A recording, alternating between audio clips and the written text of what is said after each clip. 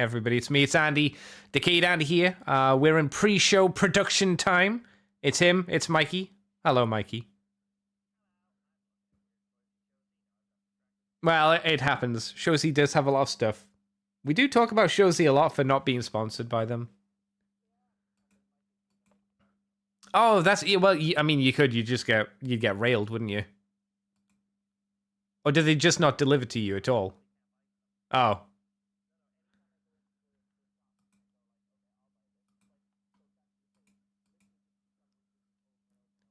Is that an Irish thing? Is that something that happens to all Islandians, or just you?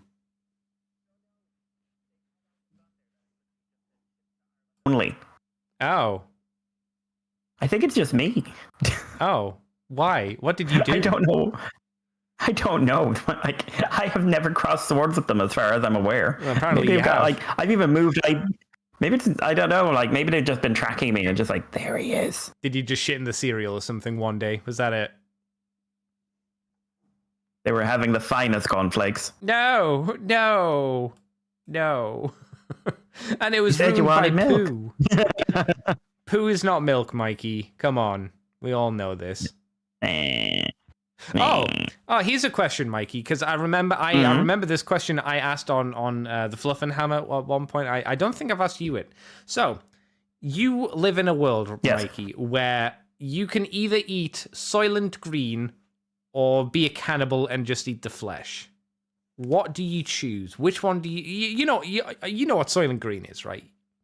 Mm-hmm. You know what it's made of, right?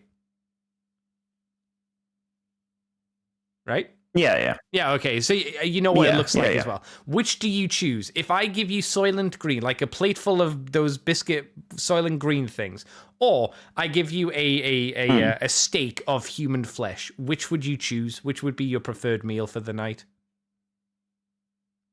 I mean, I would say go for the steak. Yes, that was my answer as well. I would say go for the steak because it's like, cool, you're having your steak or your Soylent Green, and the only difference is how much you're lying to yourself.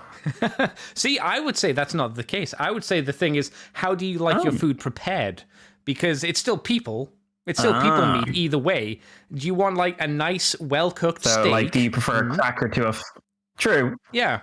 Like whenever I saw Soylent Green and I saw the they just look like... They look like crackers. They look like really unsatisfying crackers. They look like the stuff that you get in a hotel when they're like, oh, would you like a cracker with your meal? And it's just like this awful little bit of cardboard that you have.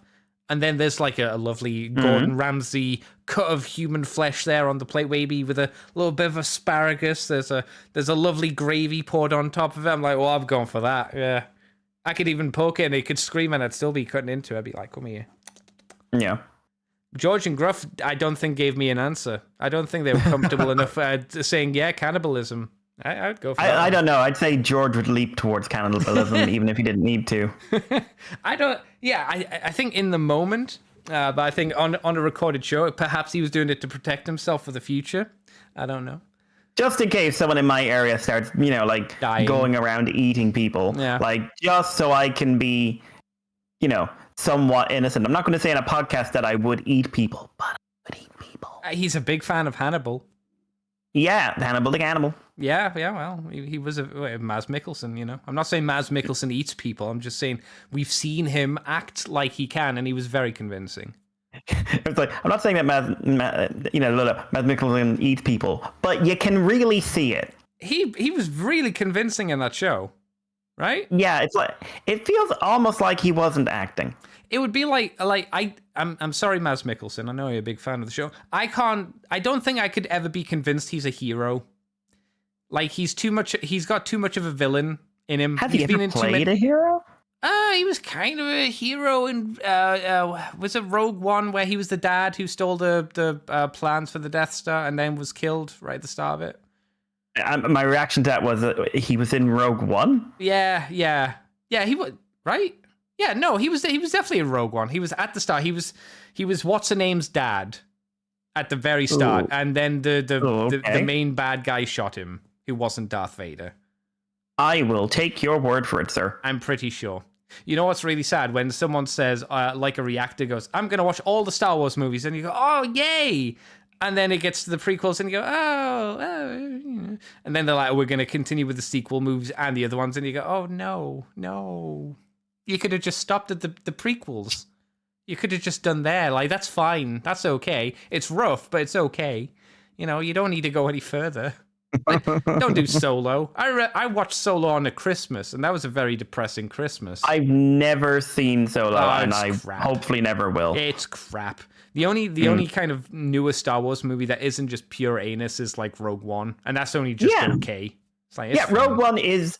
I would say honestly, Rogue One is better than the main trilogy, but it's the main trilogy. Fine. The main one, the main new trilogy. I can't remember which one. I remember it's Force Awakens, Rise of Skywalker, and Last Jedi. I thought you meant New Hope, Empire, and Return, and I was like, oh, hang on now. Oh God, no. That's a bit based. Andy, come now, Andy. That's the main trilogy to me, right? That's the main one. Andy now, come. Say it gets better than those ones. It's like, well, yeah, obviously, but yeah, I get what you mean. Better, it's better than the Temple of Doom. No, I like Temple of Doom more, though it is a very silly movie. I like it more. It's actually that movie's still really violent. I love it. Yeah. But I would not if I was my parent. I would not have shown me that movie until I was older. It's like, wow. I believe they got a lot of complaint for hi, we've taken our children to this movie. Yep. Sure would have been good to have a warning about that. The heart-ripping scene bursting into fire. Yeah. Brains. Yeah. I think you can get away with the brains because it's monkeys.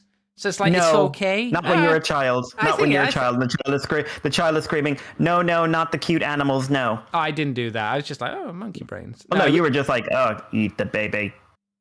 I was more concerned with the eyeball soup. Like, why were all the eyeballs on the bottom until someone poked the liquid, and they then decided to come up to the surface? Also, I didn't like the beetle. You know when they kind of peel open the really big rhinoceros beetle and then lick what I assume is peanut butter from it? Because it was just too much. It was just too much, in my opinion. Like, it's I still like Snake Surprise. Too hard. Someone was trying too hard with that movie. Yeah, it's fun though. I enjoy it. It feels more like a more violent kiddie movie than the first one.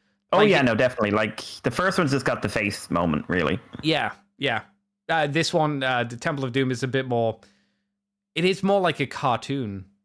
It's way more like a cartoon, but someone just went, "Oh, what if Gendy was really violent in this?" And you go, "Oh, okay, yeah, sure, yeah, I could go with that."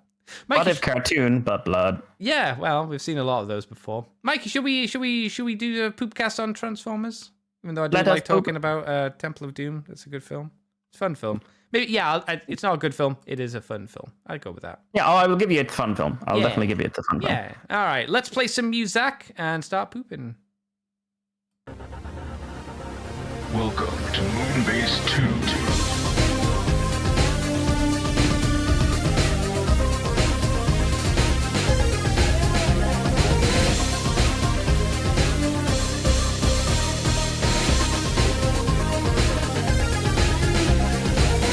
Hello, everybody, and welcome to the Moonbase 2 podcast. It's me, Decayed Andy, and I'm joined here by the one and only Mikey. Mikey. Hello, Mikey. Mikey. Mikey. That was me spitting some fat lyrics for you. I gathered. I'm not a beatboxer. You might not know this. I'm not much of a beatboxer. I'm afraid to say. Andrew Millman, failure at beatboxing since. It's true. Since 87. Many years of failing. Many years. Well, no years of trying, really, I suppose, but that's okay. How are you doing this week, Mikey? The winter comes, or the winter is comes. here. Yeah. I have the heater on. Oh my God. God. The first time, and I don't know how long. Oh my God, you're gonna have to pay for that, you know. It's all part of my bills. Do you not use just like wood that you find on the streets to heat your home? I don't have a fireplace. It's not what I asked. Just Mikey sitting in a room with a small campfire, slowly smoking himself out. Just like setting the floor on fire and just like, well, I'll be able to control this. You could get a barbecue and just have it inside your home. That would probably be less dangerous. Less dangerous. Yeah, it's probably less dangerous than having a fire on the floor. Yeah. Yeah, no, I'd say that. I'd say that's less dangerous. Right? The amount of thought you're putting into this that's worrying me more than anything else. Well, I'm just saying, if you can't pay your bills and you've got trees outside, if you got a lighter, you gotta make do. You just gotta open your window so you don't, suffocate. Mm. No, we talked about eating people early before, Mikey. Well, that's a reasonable topic, Andy. Having a fire inside your home, not reasonable. Eating human beings, well. Listen, like, all I can think about the Simpsons episode is sometimes you gotta eat someone. Which one was that? Where they're watching Alive. No thanks to the plane. We are all alive. Pass me a side of co-pilot.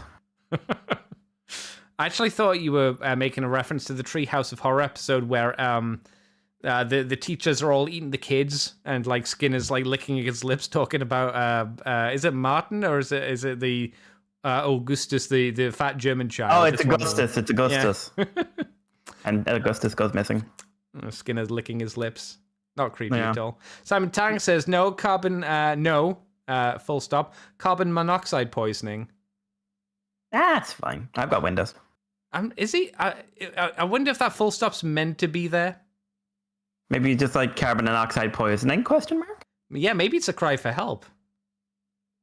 Are you okay? No. Open a window. Open your window. No, carbon monoxide poisoning. He's sitting there like this is him desperately reaching out and like, I'm going to die. And they're just talking about shit. They're no good. Terrible. We're here today to talk about Transformers. Mikey, I suppose you have a small announcement to do probably before we get into the show. Yeah, I've a thing to say. This is for the foreseeable. As I reach for Sylvanian Family's miniature, that fell off my desk. I have a Sylvanian Family's miniature. Sorry. It is a story behind it. I don't need to explain anything to you. So guys, this is my last Moonbase. So I've decided, because of a lot of work pressures and some family stuff, that I will something had to give. So I decided that after 12 years, like probably just long enough to say you've given something a bit of commitment. So I will be moving on. I might be back on at some point to talk about like one-off things and something like that. That'll be up to Andy if you want someone to come on and complain about comics or something like that. But yeah, for the foreseeable, as like this is my last Mikey co-host one. I'm going to be handing off the Twitter to Andy, which probably means it will probably suddenly become actually about Transformers. What? No guarantee. And yeah, so I'm going to give the socials at the end because I've changed a little bit around that myself now. But yeah, so yeah, just about time, really. Felt like time. So last Moonbase. Your last time hearing me waste an hour of your time talking about Tokusatsu. But fortunately, I have a lot of Tokusatsu this week. Yeah, unfortunately, I'll still be around doing the podcast and whatnot, so you got that to suffer through, I suppose. But thank you, Mikey, for 12 years of grafting, solid servicing. So not servicing of myself. That's different. We don't have that kind of relationship yet. Thank you for allowing me to service you, Andy. Oh my God! You just kept saying it. Okay, that's fine. you just kept going. That's fine. That's fine. Yeah, like I say, it's good. I don't know exactly what I'll be doing. I was trying to think about what I would do during the week, and I guess I'll just roll the ball and we'll see what happens. See how it comes. Yeah, we'll see. It'll still be moonbasing. I'm in too deep now. And I have no life, unlike Mikey, so it makes it. He's in too deep. He's trying to sleep. God, you've no idea how hard I'm trying to sleep. It never comes, though. God damn it. But we do have Transformers to talk about this week, and Mikey's got some Tokusatsu and all that stuff, as usual. Let us kick off with some third-party news from Magic Square. It's Magic Square doing another weird thing. It's not a masterpiece. It's not a Legends figure. It is a colored sample of the SD Optimus Prime that they're doing. The MS-G04 Truck Boy. Truck Boy. I didn't realize the name. I saw this during the week. I never saw the name before. Nor did I until I started reading it. Truck Boy. Solid name. Hello, this is Truck Boy. Unsurprisingly, with a name like Truck Boy, it is a SD version, or chibi, in quotations, styled version of Optimus Prime, which seems to be a bit of a range thing at the moment. They also did the MSG01 Peach Girl, who I'm clicking on the link of now. Oh, it's the RC. Oh. They did, and so that was like the RC and the Nightbird and all that jazz. I completely forgot they did those. Yeah. Blueberry Girl. Oh, that was Chromia. Chromia, yeah. I've been meaning to pick up one of them, but I haven't yet. But well, would you rather an Optimus Prime? No, I'd rather one of the girls. Okay, Mr. Sexist Man. You knew that the second you asked. I did. I won't lie to you. What do we think of little tiny Optimus Prime then from Magic Square? He's very wee. He's not as wee as the girls. I think they made a mistake by trying to make him a bit too badass. I think they've made him more of a transformer than the girls, because the girls don't look like they're nearly as intricate as the transformation as this guy. That is very much true. Like, he is a proper little tiny transformer, where the girls are like, cool, RC's head is the back of a car. Yeah. Wasn't that with Chromia as well, or did Chromia have something else going on? I don't remember Chromia. I know like Alita was, but Alita and Nightbird, I think, are retools of yeah, Chromia. All I remember about Chromia is that she was based off of the Legends version, which is based off the IDW version, which is based off the Booby version. Woo! But yeah, like, I like the cell shading on the chest. That's a nice touch. Oh yeah. And like it's like, this is. I don't like saying this. This is what if Optimus was a Gundam. Like, what if Optimus was more anime? Oh, okay. I was going to say, what makes you feel Gundam-y vibes from it, out of interest? Yeah, just like angles and stuff like that. All the angles, like what if Optimus was in an anime? Like, okay. Proper anime, not like our bullshit. But yeah, I think the robot mode design has a lot of problems. Specifically, that weird shelf in his chest. Which shelf do you mean? Like the just under the boob windows. It's like there's just like this big hinge that just juts out super far in front of his pelvis. Okay, yeah, I see what you're saying. Yeah, it looks like his entire chest is going in front. It's like massive boober. I get what you're saying. Okay. Yeah. And like maybe that's why, we wanted to mix in with the girls. Yeah. The alt mode is quite cute. I like the little opening doors. A lot of painted detail. Does look like there's a lot of cheating going on. But yeah, like, I think most of that robot is inside that cab. Like, I don't really see anything bar like the legs, and even then, like, some parts of the legs that make up like the vehicle mode. But overall, I think it's cute. I think it looks well engineered. It's just got some aesthetic qualities I don't like. I also don't like that the shoulders seem to be on like almost platforms, jutting out. Like, you've got a piece of plastic jutting out, and then you've got the shoulders, and it's creating this like T shape. I don't love that.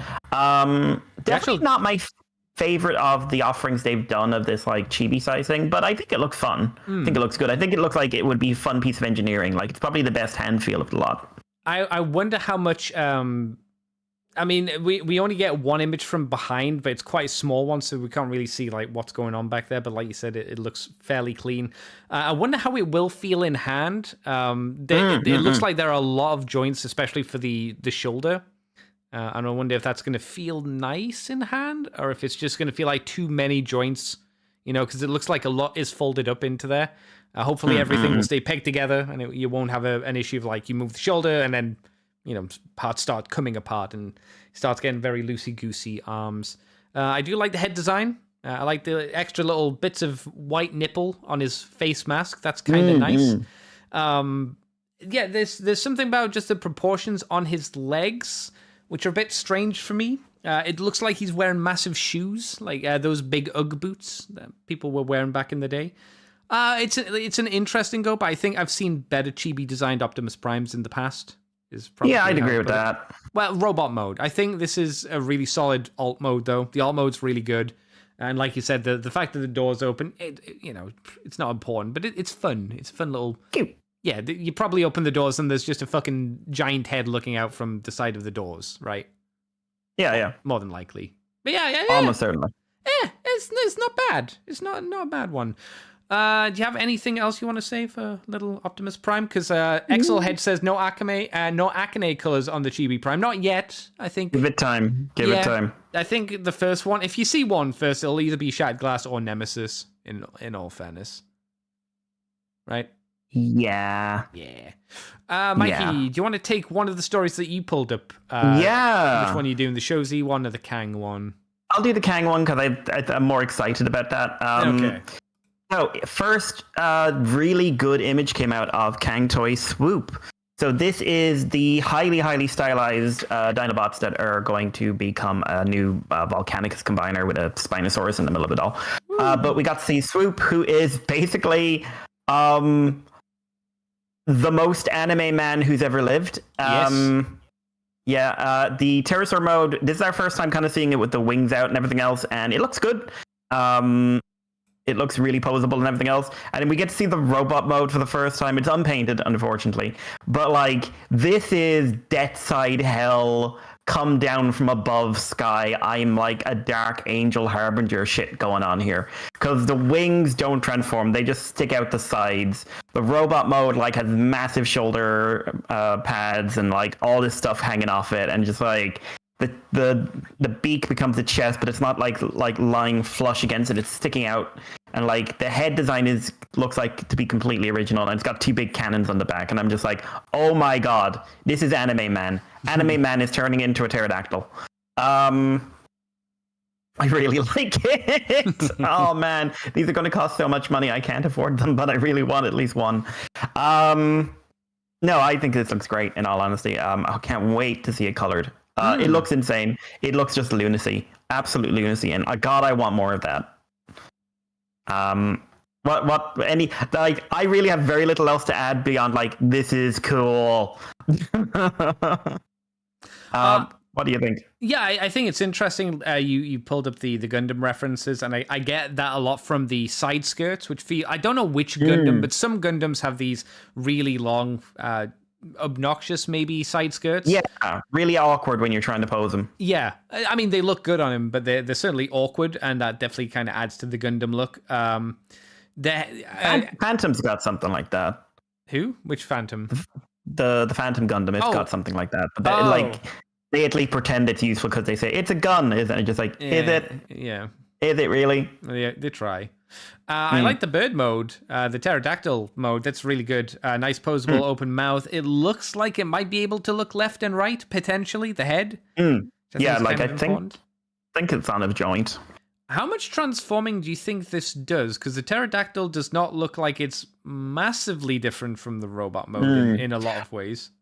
I think this is going to be quite similar to their dive bomb, where it's like you fold a lot of bits up to compact it into the beast mode, but we all know what's going on here. Yeah. And I think when this will look most different is when it's down in all fours, because I think when it's on all fours, the way the wings curl up will give the impression that this looks a lot more transformed than it is. Yeah, because it looks like with the arms, they just kind of go behind the wings through a few joints, and the side skirts also go to the back as well.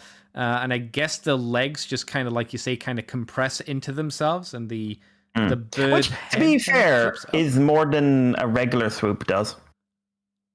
Yeah. Where the arms just go to the side and you pull in the fists. Yeah, no, that's fair. Yeah, well, it does more than Windblade most of the time, but I understand that. Yeah. Yeah, but yeah, this looks solid. Axelhead says, "Is it a dive bomb remold?" I don't think this is a remold. I think dive bomb is different enough, right? Yeah, I think this is new. I think I think there's some shared engineering, but I don't think it's a strict remold. I definitely don't think they'll have that kind of freedom with the other ones, given just how the what we've seen of the prototypes. Yeah, like they look very different. And yeah, so I think this is like I think I'm seeing some design similarities, but I don't think you're seeing remolding. What do you think of the hand finger joints specifically? Because it looks like they've all got individual like knuckle ball joints. Do they have a normal finger bend in them? Because otherwise, if they just have the knuckle, they'll look weird, right? Yeah, I can't really see one here, if I'm honest, unless no. I hope it does, because if you're going to the bother of having ball joints in the fingers, you really do want to be able to like. Otherwise, just have like have them like stretch out. Otherwise, you might as well just like leave them as like solid pieces. Yeah. Because it never works. It never works. It doesn't work with Masterpiece. It doesn't work with like Bandai when they do it. It doesn't work with any line. When you have a moment where someone opens a hand and it's just like curled fingers. And I asked specifically because the thumb clearly has at least 2 or 3 joints. So it's got a bend. It's got another bend by the base, and then I assume that's on a ball joint because that's kind of the standard of what you do with a thumb joint for the most part. Yeah. I mean, if we saw this from a different angle, we could see if pins go through the fingers or a pin, little ones for the bend. But otherwise, I saw that and was like, I don't know. Is it worth having them on ball joints? I always have this bad memory of, I can't remember what figure it is. It might even be a model cut where all the fingers are on ball joints and you put the front of the hand over the top of it and they would always just fall out. That's one of the big problems with the real grade Gao Geiger. Oh, really? Yeah, the hands, they come on, like, I think in the real grade's case, it's the only part of it that's pre-assembled.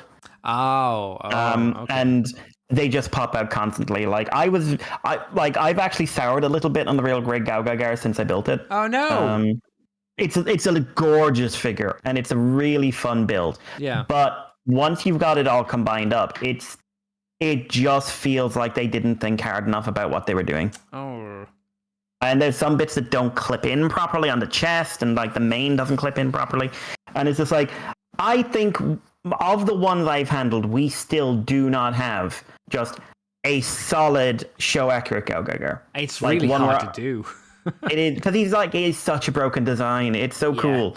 Like right now, I'm like, it's weird to say this, but right now the best hand experience of a Gao Geiger is the original. I'm trying to think if Super Mini Ply is better than the original, and in some ways it is. It's the in some ways that you have to consider. This is the problem. I think the problem with Gao Geiger is they try and get it too accurate. I think a Gao Geiger needs to do what the show did and cheat just a little bit. Yeah, like just to make slim it secure. the legs down, make the hands like smaller. Make it easier to assemble the hands if you're doing a model kit or something like that. Maybe instead of like the shins going inside of drill gout, you unpeg them and you just peg on, or you clip on in some kind of really solid fashion. Because that's a problem with the Super Mini Pla. The legs go in, but it never feels like it's a really solid connection. No, exact same with real grade. Same with real grade. It's like, and like getting them in, like if like there's a clip on the knees and it's supposed to go in, and it's so frustrating. Which is a shame because like it looks fucking gorgeous, but it's like I've got it on display, but I'm just kind of like, you're a nice display piece. Like for an action figure, you had the Super Mini, the Super Robot Choco going back in the day. Oh yeah, and like I know there's Sentinel. I know there's like really stupidly like €500 model kits out there now, and maybe they're amazing. But of the ones I've handled, it's just like the fact they've never really accounted for the fact you can't make him stand properly because his legs are too wide. It's like just a cat like. The show cheated. The show made him run. Nothing. You know what would happen if he tried to run? His legs. But you know what his legs would do to each other if he tried to run? I imagine he would look like Ironhide from Energon running. To be fair, but like I always think of that scene where he's like he tears down the sky base, and he just jumps up and knees King Jader in the face. And I'm just like, that's really cool. No version of this figure can do that, but that's really cool. Which was it Soul of Chogokin, the 200 or more 300 pound one? Yeah, that would have been, that's Soul of Chogokin. I think Sentinel did one as well. Okay.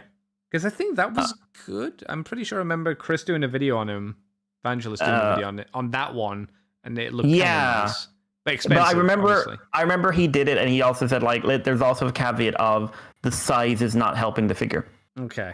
I couldn't remember. And, like, it's been a while. You need a medium-sized figure with very carefully used diecast if you're going to use diecast at all. Only on the feet. The problem is, nowhere else. Yeah, but the problem is they'd put it in too much of the legs and it breaks the legs. Yeah. And like if you're doing a model kit, skip this pre-built bullshit in the hands. Either give me solid fists that I can just stick on there, or make it so I build the hands. Because I have found, like, anytime I've done building model kit hands with a good quality kit, like, it is so much more solid than the pre-built stuff. I think the idea of the real grade pre-built stuff is interesting. But the earlier figures that use a load more pre-built stuff, they've suffered way more because of it. Way more. Yeah, absolutely. Like, having experience of real grade now, I'm still shocked how good the Mark II is. It doesn't make an ounce of sense. It makes 0 sense why that kit works. It shouldn't. Are you getting Epion? Yeah, I've got Epion ordered, and I've still got the God Gundam to build. And from what I understand, like neither of them have the gods got no problems or anything like that. I think it's just like Gao Gaigar was just asking too much of the engineering. Like it was such a jump away from what they've ever done before. Because they've never done a combiner. They tried doing Zeta Gundam with its transforming gimmick, and it didn't work, unsurprisingly. And this is not only transforming, but like you say, it's transforming and combining. So it's like, oh, come on, real grade. Come on. And like this is like Zeta was tried in the bad days of real grade as well. Oh yeah. But, don't get the real grade Zeta. Yeah. No. Enjoy your floppy mess. Especially now, Jesus. But like Gao Gaigar is just like, cool, we're in modern real grade. It's a great line. I've had so many nice kits. I've like the Tallgeese is great. And the crossbone is great. And I've handled the wing now, and the wing is great. Which one? And which wing? The new wing. The new wing, like the one that does the bird, like the big, like split the wing up and becomes the bird. It's got the angel stuff. Okay. Right. No. It's not the angel one. It's like you get it's the newest version of wing. And it's just like it's base wing, but then they've just upped the birdness, so like you can just open the wings up like feathers. Oh, is that classed as it's not Endless Waltz movie, but it's Endless Waltz in quotations manga version? Is that? I think it's EW. I don't know. No, it's not EW either. It's just like a gimmick they put in. Oh, like, okay. All right. 1-for-1. It's 1-to-1 to the show. They just put in this gimmick of just like open the wings up. Problem now it's a bird. Wing Gundam. There's too many Wing Gundams, and they're all the bloody same. Yeah, and also the Wing Gundam was never that cool. It's not even the coolest one in the show. He was meant to die, wasn't he, Hero? Yeah, he was. Oh my god, I've learned so much Wing Gundam shit in the last year or so. Like, Hero was meant to die by which is why, like, the big fight after he gets knocked out is Heavy Arms versus Tallgeese. Yes. Because it was supposed to be Troa piloting. And like they had to, the director left the show halfway through because of massive creative differences, partly because of the whole Hero thing. And like that led to a huge, like the back end of the show is completely different from what they originally planned, which is why there's so much stuff that keeps contradicting itself and so much messy stuff in there. Yeah. They never were able to do what they wanted to do with the Tallgeese because they wanted the Tallgeese to be like the scariest fucking thing in the world. And then like Bandai came in and said like, yeah, but the front-facing Gundam has to be the best thing in the show. No. And they're just like, we have spent 3, 4, 5 episodes establishing that the Tallgeese versus everyone is in serious trouble. And our big fight is it mildly injures the Wing Gundam. And then Hero tries to commit suicide because he just wants to die. No, he does. I mean, the Wing Gundam explodes and he's on the standing deck of the pilot thing. There's no way he survives that. with blood pouring out of the back of his head. Yeah, it's like just wrap a bandage on his head. He's fine. and then they didn't want to do, the original guy didn't want to do a romance between Hero and Relina, and well, it doesn't make sense. God. I'll kill you. She's like, I like men that wants to kill me. To be fair, she's nuts. She is. Yeah. In the third, like before any of this changes happened, she was already nuts. Like the show is already a mess when it starts, but she is insane. Don't trust Relina, boys. Run. If you want to have, I was no, God no. If you want to have some fun with Gundam Wing, listen to the podcast, The People versus Gundam Wing. It is 2 people who've seen it and 1 person who hasn't, and they've styled it like a court, and like one person has to defend and one has to attack. And it's the guy watching it for the first time doesn't watch anime. Oh, interesting. So yeah, he is completely confused, but he falls in love with it, and he ends up. But like, he gives a very succinct response at the end of it. And I'm on there at the end, very, very briefly. Oh my God, why? What did you do? Because they asked for people to send in reports of just like, convince me it's good or bad. Oh. And I used it to attack Evangelion. Yeah. Good. Fuck Evangelion. God damn it. Yeah, but like, really worth your time, People versus Gundam Wing, if you're into Gundam or just want to hear, even if you're not, if you want to see what all the fuss was about. But yeah, Relina's nuts. Yeah, I wouldn't trust. And that show is bad, and Gundam X is much better, and we were robbed. I feel justified every time you say Gundam X is good. I'm like, yep. Great show. I've got my double X. Looking at my double X right now. My Master Grade double X. The only thing bad about the double X is it's not the happiest thing to try and balance everything on it, because there's a lot of stuff. I wish I had a stand. Yeah. Yeah. Because he's in like double satellite cannon mode right now. Of course. And he's got two sabers in his hand, and they're like proper flurry saber, and just like, holy shit! And I'm just like, yeah, but if I lean over here just a little bit. In fact, I'm gonna put this in. All right. Stay. You're in the corner where I don't walk, which is why you're able to stick your cannons out like that. But stay. He's got IDW Grimlock like block. Like I've got Grimlock's arm slightly around the solar cells. Oh, just to hold him in place, just in case. It doesn't look like he's doing that, but that's the whole point, yeah. Oh. And it just, and I've also got Bear Gagai helping out. Oh, nice, good. Daddy Gagai is helping out. But yeah, kits are weird. Gao is weird. No, Gao is frustrating sometimes. But Kang Toys is cool. But I want Gao not to be frustrating. Yeah, because I love it. I love it so much. Yeah, I wish that would happen, but I don't think it is. I think the problem is it's in the adult collectors market as well, so adults have to have it as complex as possible. I need all the edges to be sharp and painful, and you're just like, it's Gao. It's he not doesn't want to hurt toy. You. I don't know. Sometimes, like, if they do a real great Genesig, God help us all. Yeah. Well, you will bleed. You will bleed putting it together. Shall we move on, young Mikey? Yes. All right. This one caused, I don't know if you saw the little kerfuffle online this week about DNA designs, Mikey. I heard of something. I didn't see a lot. I saw a quick reaction of just like, does this make the toy worse? And then I didn't like, I wasn't paying attention after that, but it sounds like something kicked off. Yeah, a lot of people weren't happy when I saw this. This is an upgrade kit, the DK45 Legacy Armada Optimus Prime upgrade kit. So it upgrades Legacy Armada Optimus Prime. Is already an expensive figure to begin with. What does it give you, you might ask? Articulated hands. Covers for the hands in the alt mode, so the truck mode, so you can hide them. An extra gun, able to combine with the original and the back kibble to form a big cannon. Feet fillers, chest, a new chest, fillers, just fillers in general, I suppose. Articulated waist flaps and more. Not that much more. In all honesty, you know, I mean, if we look at the list, they already have most of it covered. What do you think of this kit, Mikey, and what it does? I think the fillers and the hand hiders are kind of nice. I don't think the new articulated hands are good, primarily because they're the wrong gold, and they're not even very well articulated. Yeah, there's a lot of wrong gold in this, and there's a lot of not great articulation in this. The gold clashes wildly with the standard, and like the fingers are just like, again, they're partly jointed. Mm-hmm. Why are they only partly jointed, kids? This is a not cheap upgrade kit. Yep. What the fuck? I thought like this fell into the realm of. I get one piece of this. The waist. Yeah, same. 100%.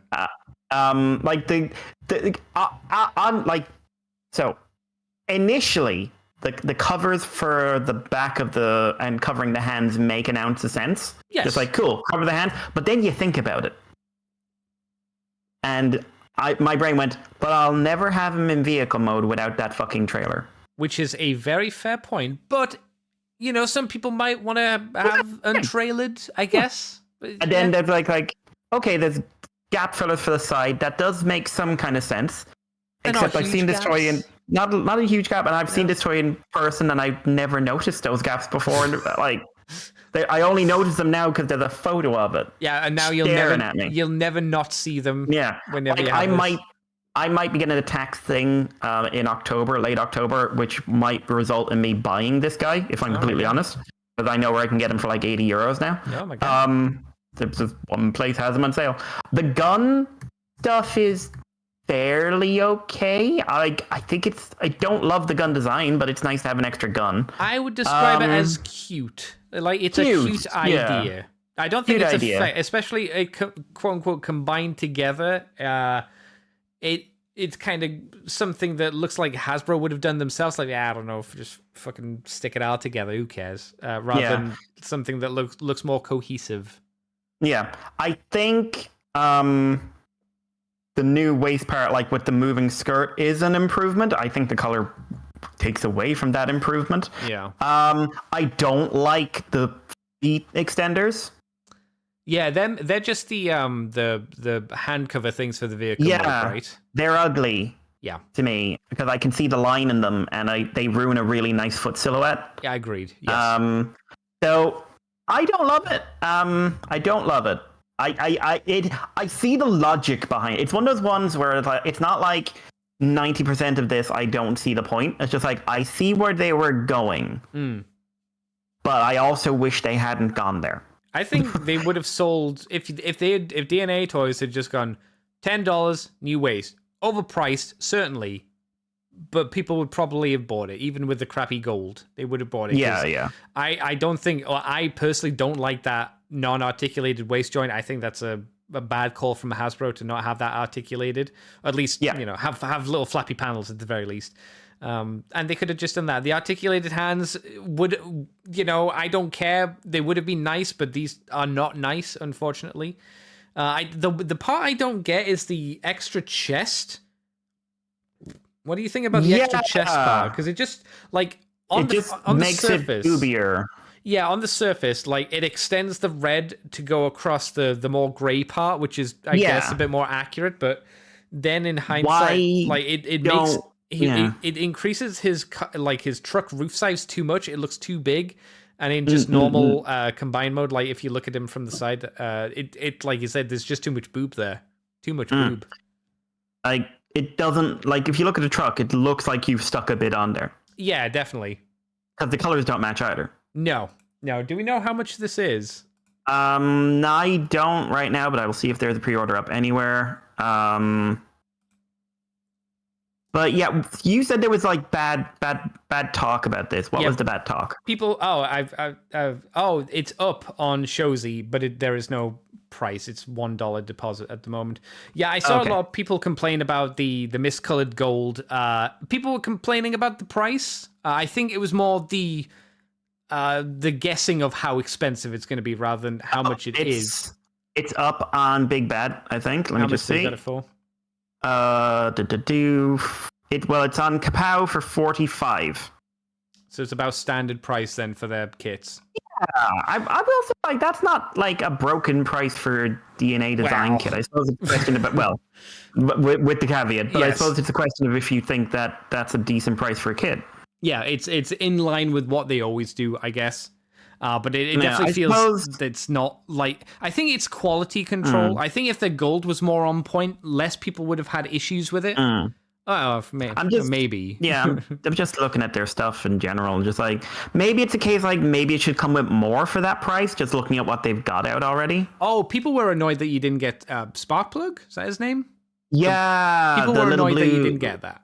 Not blue. Japanese little bumblebee man. Yeah, little bumblebee guy. Yeah, they were annoyed that you didn't get that. They shot themselves in the foot with that by doing wheelie for Grimlock. Yeah, but this is a mini-con. You don't need to do too much. I mean, Hasbro has been able to do 2 decent mini-cons now. And they did Micromasters previously, which were terrible. Terrible. Which is a shame. True. What if they did a spark plug who was in style of like the Hasbro Studio Series wheelie accessory? People would have been happier, definitely. Because that's an unfoldable little brick that sits on Optimus' shoulder. Oh, no, people wouldn't have been happy with that. No, I thought you meant if they did an actual transforming minicon with this set. Yeah. Oh no, I'd be okay with that. People want that. I think that's gonna come with like the Powerlinks version of this figure, which will be a Hasbro Pulse exclusive. I think that's what'll happen because that's what happened with the other 2 minicons. Yeah, I would like a Powerlinks version. I honestly, considering it's Commander, I'm not 100% sure they'll do something, but I would very much like a Powerlinks version. You know who I hope they never do? Scheme. I hope they never do Armada Powerlinks Red Alert. I don't remember. Wasn't that just blue? No, it was white and orange. White and orange. I don't remember that at all. Do you remember like Red Alert's general color scheme? Do you remember how he was primarily white and the lines, like the highlighted lines on him, the thickest standing out, were just red? Change that for orange. Yeah. Okay, that's weird. Hang on, I'm looking this up. It's ugly as fucking. If you want to buy one, I've got one on sale. If you want, it's ugly as sin. Hideous monster. Yeah. I have one. I really dislike that Red Alert toy as well. Cybertron did a way better version. It was bad. Oh yeah. But like the Cybertron Red Alert was just like it had a gimmick and we never talked about it. It's just like, what was the gimmick? Little cannons. Fine, just some cannons. That's all you needed. Both versions of Red Alert in Cybertron were good. He was a solid police car that had interchangeable hammers in his legs, which was kind of neat. And then you had the giant missile version, which was a bit silly, a bit over the top, but still a really fun, solid figure and got reused loads by BotCon. And most importantly, Cannonball. Yeah. Oh, Cannonball. Man, yeah. I sold my Cannonball like a fucking moron in 2011. If anyone has a Cannonball, this is the last time I can do this. So if anyone would like to give me a going away present of giving me a fucking Cannonball, I have social medias you can contact me on. I want a Cannonball again. I miss my Cannonball. We're moving it to a fucking stage where I can get a tidal wave. I want a Cannonball. He can't be cheap, right? Cannonball can't be cheap these days. Oh my god. And then some smartass is going to come up and say like, I've got BotCon Cannonball, and just like, you've got BotCon bullshit. I like the someone will send a message. I got a Cannonball for £5 in the backyard sale one day. Ha ha ha. Well, okay, then give it to me. I'll give you £6 then. Oh my god, that's profit. That's 100% profit. Yeah, that's money making, bitch. Buddy. XL Head says, so what if we get Jetfire and these upgrade kits are made incompatible? Oh my god. That would be hilarious. Okay, well, with the Jetfire upgrade... He is just orange. He really is just orange. I told you, it's ugly as shit. Oh, that's hideous. That vehicle mode, because it's just a vehicle. Yeah. Because, the robots basically, they've traded out some blue on the robot, and they've just toned down some other colors, so it's just, white with just these awful orange panels. And my god. And then bits of grey. Yeah. Those are not complementary colors. White, orange, and grey. They're just God not... almighty. You just don't do it. Bless them. In terms of compatibility with Jetfire, anything to do with the legs doesn't matter. Jetfire becomes his own pair of trousers. That's not an issue. I think the only real issue of compatibility would be the new boob chest thing. That would be about it. And then I guess you pick off the chest and you throw that in the bin. To be fair, most of this upgrade kit is primarily for the trailer, so it wouldn't really have much of an effect for the Jetfire stuff, I guess. Big D's here. Hello, Big D. Sparkplug and Overrun would be nice. I have a Powerlinks Red Alert. It's hideous. Yeah, same. Same What? dude. Yeah. That you listen. You made your choices, and I'm not going to judge you for them. But I'll tell you why I got him. I'm pretty sure I got him because it was the only red alert I could find at the time. Because this was like, I was getting back into Transformers when we were moving over from Armada to Energon. We were in that weird transition stage. Because I remember I was like, I want to get Transformers. Okay, what's in the stores? We have Energon Tidal Wave. Oh, we have Treadbolt. Oh, we have Red Alert from Armada still. Oh, okay, well, I don't have him. Okay. Holy crap! What? Sorry, I just looked up how much Cannonball is. How much? 100? 60 plus 20 shipping. 70 plus 20 shipping. 20. Okay, it's coming from America, right? No, it's from the UK. Fuck you, Mikey. There's an American one which is 40 with shipping included. Oh wow! Wow, that's cheap. No cyber key. Oh. No cyber key though. Who fucking cares about cyber keys? Cyber keys, you can poop those out any day of the week. Yeah. I can scratch my left nut and have 5 cyber keys fall out from them. Easy. Oh my god. Yeah. Howlings, baby. What can I tell you? The BotCon one is cheaper. Yeah, but it's a BotCon one. Anyway. Oh my god. Unopened 140. Oh my god. My god. Oh my god. 40 shipping. I remember when no one wanted that because it's just like, it's just a repaint, and I was like, everybody wants it because it's cool. Big D says, "I'll make you feel better, Mikey. I've never owned Cannonball." There you go. Well, then you should do it. Like, no, give him one. What? Give him Cannonball. Give Big D Cannonball? The 5 people who are obviously rushing to their collections to check if they had a spare Cannonball that they could send me. Give it to Big D. Hey, listen. It's important that we make people appreciate the wonders of the Transformers age. Like, Megatronia is only happened once. Cannonball only happened once. These things we must appreciate. And, like, while I have never had a Megatronia, in which case, give it to me now. Yes. But I did have a time where I had a Cannonball. I thought you were going to get a Megatronia because someone offered you it for, like, current day retail, in quotations. Did that fall through? Just because I didn't have the money. Oh, it was fair. It was just like, yay! No. Oh. Yeah, they were asking like 350, so that's it's understandable why that fell through. Yeah. That's like a lot of food. Yeah. Big D says, I want to see if hashtag do overload for the over the shoulder. I think I don't. It's compatible with original overload, from what I understand. Kinda. That's why I hear it's like it doesn't work super well. It can, but it doesn't feel like a great connection. I wouldn't be surprised if they did an overload. Jetfire, I think, will definitely happen. Overload.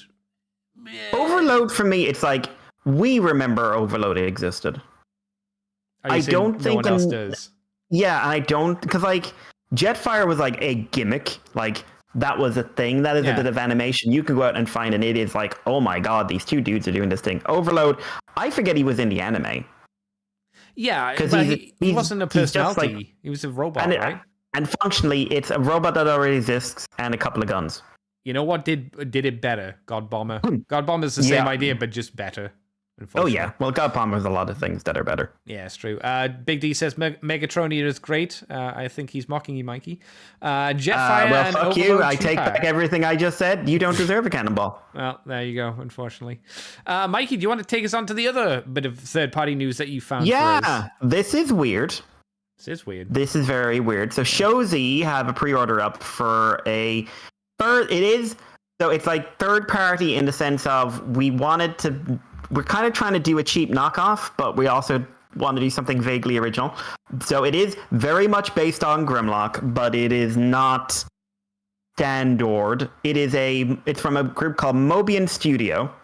I've never heard of them before. I can't find anything else they've done by Transformers or transforming robots. And this is a blue T-Rex, who gives a distinct, and I mean this in the nicest possible way, gives it a distinct, I was designed by a Chinese company. A KO1. Vibe. Yeah. To the point where his images are really low quality. But so he's blue. He transforms into a kind of slimmed out Grimlock who's got a spear and an arm cannon and a bird, and that bird then turns into a platform. You can put a pair of a pair of cannons on, What's it and turn then into a platform? No, we're building so that it's a platform. You stick the rod from the spear in there, and you stick a couple of cannons on there, and now he's like a tower. And then the whole thing. Also, there's a face swap gimmick, and then the whole thing comes together to make a sniper rifle. I still want to know what the platform's for. What is because that? They had parts left over. And they're just like, it's a platform. It's like, yeah, but what's the justification for the platform? What's it do? Spotlights. These spotlights. Oh my god! I thought you were gonna say like it's a podium for him to sing on or something like that. Oh yeah, well, you made it better. Yeah. When Grimlock finally wanted to sing. So this is like, when you realize it's a gun, the way the T-Rex is built really makes sense. Yeah. But like, who sat down, right? Who sat down and thought, I want to do a Grimlock. Cool. I want to do it cheaply. Cool. I want to do a gun. Cool. I don't want to have to design 2 CAD models. Eh. It's just like, oh, we don't have enough dinosaur to make a gun. Here's a bird. Stick it on the back. That'll do. Grimlock's known for loving birds. Yeah. Is he? Yeah. Loves them. Swoop's a bird. Kinda. He likes Swoop. Kinda. He likes Swoop. You like Swoop, don't you, Grandma? Yeah. Yeah, you like Swoop. I haven't killed him, so yeah, I guess. Yeah. And it's like, because like there's this Chinese company that does these transforming guns into dinosaurs, and they like combine into like a fairly ugly combiner, but it's actually like it's like those really robust Korean toys. It feels like them. It's from a Chinese company, but it feels really, really solid. And I feel like someone looked at that and said, like, we could do a better engineered version of that, but we don't have the time. We don't have the costs. We don't have the cost of the materials. So this kind of reminds me of that weird little Optimus Primal that came out a couple of months back, which is just like, here's an Optimus Primal. He's done on the cheap. Oh yeah, I remember that. That was weird. Yeah. So like, is this a new emerging part of the third party scene, which is like, we want to do third party Transformers. We don't want to knock anyone off specifically, but we don't want to try, and we don't want to spend money. I don't think it looks like it's worth $83 US dues personally, which is no 83. That is 69 for that amount of money. You could get a Transarts toy. Yeah, which are good. Yes. They actually, in fact, for like slightly more, X-Transbots are doing Bond and James, which is punch counterpunch for like €10 extra. Yeah. Punch counterpunch. Yeah. Or Transarts, they're doing the Beast Warses. They're doing Cheetors. They're doing Tarantulas, which is really cool. He's out now. I bought you could one. get, for that kind of money, you could get the Lucky Cat. Oh, cool. You could get the Lucky Cat Cube Megazord Combiner. Oh. In fact, it's cheaper. Oh. It like official one. Which is basically like what a really stylized Megazord. Yeah, really stylized. Yeah. No, God no. But it's a really stylized Megazord that is designed with it's basically 52 toys cubes that turn into the dinosaurs that are fully articulated and are really stylized, that also turn into a copyright avoiding combined form that then turns into the Megazord, that then turns into like a super stylized Megazord. There's a lot going on, and I've seen reviews and I was just like, wow, how much is it? I'm sorry, it's 70 what? 72 for that. Wow, that is a very good price for all of that. Yeah. Like they did Devastator. I think he's 200. That's okay. Yeah, that's what I'd expect. That's what I was expecting for it. And like, yeah, he's $78.99 on Show Z right now. And like, he looks great, and he comes with like an effect pack for the Power Sword. And like, that's a lot. That's a lot of toy. It's a lot of really cool toy. And then you look at this and just like, If this was more like £30, I'd still think it was a bit much. But I'd go, yeah, okay, yeah, all right. Not 60, not double that. It's made worse by the name. What was it? Star Lord? Did you say? Oh, Star Overlord. Overlord. Star Overload Shadow. Yeah, that's right. Yeah, Right. it does sound like something an edgy teenager would come up with. Yeah, I dropped the Megazord into your thing so you can have a look. Oh, thank you. Yeah. Do you have anything else to say about this figure, Mikey, apart from his really fucking ugly face? I wanted to throw that out there. That's a weird face design. Yeah, I'm good. Yeah. All right, let me move us on then, Mikey, to the YoloPark. YOLO! We have the YoloPark AMK Pro Series G1 Megatron Golden Color version and the upcoming release from Shanghai. There were a few other ones. There's also a colored version of Scourge and a colored version of Cheeto. Cheeto we talked about last time. But Golden Megatron, he's coming out. Is out. It was a limited run of 100 figures to be done at the Shanghai Wonder Festival, that's tomorrow. Tomorrow, the 2nd of October.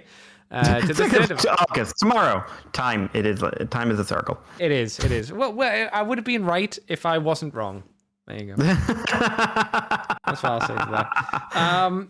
They also, the AMK series prototype examples, they also had were the Optimus Prime, the Megatron Starscream, which is a new figure, Bumblebee, Soundwave and Ravage. Sorry, Bumblebee movie Soundwave and Ravage. The later just confirmed. The Last Night Optimus Prime, which is a new figure, which is 20 centimeters tall. Rise of the Beast, Mirage, which is 17 centimeters. And there's also Rise of the Beast Wave, Scourge, Rhinox, and Cheeto. Scourge and Cheeto we're going to be talking about in a bit. So, Mikey, you have always been a great fan of the Golden Lagoon episode. You tell me every time. Yes. Andy, I cannot wait for them to do a golden version of these figures from that one episode, which I love my so God. very dearly. I love when they do gold characters from that gold episode because they never do it. Never. What do you think of Megatron in gold? They have added a little bit more variety. He's not just flat gold, which is nice, right? He pops a little bit. It has to be said. The man does pop. I think it does look like a very nice gold. It looks better than a lot of the Hasbro ones, to be completely honest. It's because usually they chrome it, don't they? Well, this is just a standard kind of metallic-y gold-colored paint, which is nice. Yeah. And like it helps that like this is a really nice sculpt and it's got a really nice face and it like electronics. And I like that there's shading. I like there's different tones. It makes him pop more. I think this is a really nice version of something I don't care about. That's fair. It's very, very fair. I kind of feel the same way, to be honest. Yeah, I was more surprised that there are a few different tones of gold on him. And then they've got like a burgundy-ish color around the mid-section where it would be red usually. So again, helps a little bit. But this wouldn't be for me. The Scourge-colored prototypes are here. I know you've been anticipating them vastly, Mikey, since last week. We can see Scourge now colored up in his famous color scheme of black and silver. Do you think he looks better now that he's been done up and colored than he did last week? Or is he feeling about the same? I'm about to say him, except for one thing. I think their attempts to show paint chipping are ugly. Is that the yellow blobs? That is the yellow blobs. Yeah. Those don't look right. Yeah, I don't think like that yellow. You want that yellow as a paint chip. Especially when it's like, presumably it's supposed to be like his chipping his like surface paint, why would it be yellow? I don't know. And yeah, it's like, why is it only in like these two very distinct spots? You mean there's some on his shins as well for some reason? Yeah, that's what I mean. It's like his shins and his shoulders. Yeah, nowhere else. I don't think. I don't like it. It is an odd choice, which I don't quite understand. I guess he was primarily yellow at one point. I suppose. Was that accurate to the movie? No, he was never. He was like, no. He just shows up like the same way we always see him. I didn't think he had bits of yellow on him. But yeah. There's that one. And there's also the colored version of Cheeto, who I would say is not the right color. I was going to say, I don't believe it. No, you're lying to me. The image of him, the third image of him, where he's just kind of doing a neutral standing pose, I'd say that doesn't look like Cheeto from the movie at all. No, it looks like Cheetor. Oh, you mean like original Cheeto. Is that what you're Yeah, saying? like these are nice. I like these colors. These are nice. Yeah. But I do not remember. Like, I'm actually Googling images now, and I can't, like, maybe in that one shot, but I don't remember that shot because he's barely in the fucking movie in robot mode. He was way more muted in terms of his like orange because he's a cheetah, and cheetahs aren't just orange. Yeah, like, also, like, is it me or does the paint quality not look great in these images? There's something that just doesn't look quite right. It looks like they've just slopped on some paint. Maybe it's than like being done professionally, kind of deal. Yeah, maybe it's just like it was just a hand painted job, but those spots look tampoed though. Yeah, that's the thing. I don't know. Maybe it's prototype effect, but it's like I think having these kind of colors make this design pop more. Certainly, agreed. Yeah. I don't think it makes me want him anymore, but it does make me think like, what if he was just in regular Cheetor colors? When you say what just, that was like, you mean his movie colors, or do you mean like what do you mean? Well, like his blue face. Oh, I see what you're saying. Does. Okay. Then again, I saw the main series deluxe yesterday in Smith's, and I was just looking at it and was just like, wow, this looks so much better as a design.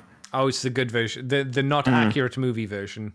Yeah, the clearly made from the prototype design version. I'm still hoping both that and Air Razor those two molds get used for anything else. I'd love that. That'd be nice. Well, we did speculate really nice. that Air Razor is going to be used for the crow lady from RID, didn't we? That would be cool. Yeah. Still hoping. Yep. Anything else you want to say on these? Because I'm not too impressed with them. I think they look a bit nasty in a lot of ways. Creepy. Yeah, it's questionable. It's definitely questionable. Yeah. Big D says, I grabbed the Cheeto last week and he's great. Oh, the YoloPark one, is it?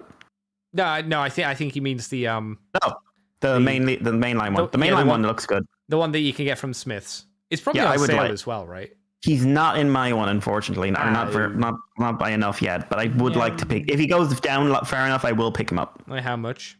Not sure. It'll be like, oh, that looks like enough. Okay, so it's kind of spur of the moment and also price reduction. Yeah. Okay, yeah, that's fair. Yeah. Big D gone for 15. That's okay. Oh, that's not bad. That's a well, in this day and age, that's a fair price, I suppose. Mikey, what's up next? Blurry images. That's what's up next. Blurry Japanese images, leaked. Possibly. Images of upcoming Takara products, two of which are new. One is Cheeto Series Voyager Rise of the Beast Optimus release, and Terracon Novocaine. Who? I really wish they'd... one of the little gun dudes from one of Scourge's little backpack dudes. The most important things here is that we seem to have our first images of at least a CAD model for Masterpiece Rhinox. Yep. And some of the accessories. Looks like he's going to come with a spare face. A lot of stuff I can't really tell. I think that's like a spark. Is that what that is? The little wispy kind of thing? Yeah, they've got like the reproduction prohibited plastered across it, and it's really hard to see. He doesn't look like he's coming with a crazy amount of accessories, which might be good. He's got his big guns. Like, the robot mode looks on point, going by the model anyway. The Rhino looks about what you'd expect, but again, these are CAD model images, so I wouldn't... Like, we do seem to have, like, physical prototypes there, but they are only of the... They look like they're the robot mode holding some of the accessories. And they're super covered with do not show these images kind of things. Yeah. But I suppose, like, with this, it's of the original Season 1 Maximals, it's just Air Razor left, isn't it? It's on Rat Trap.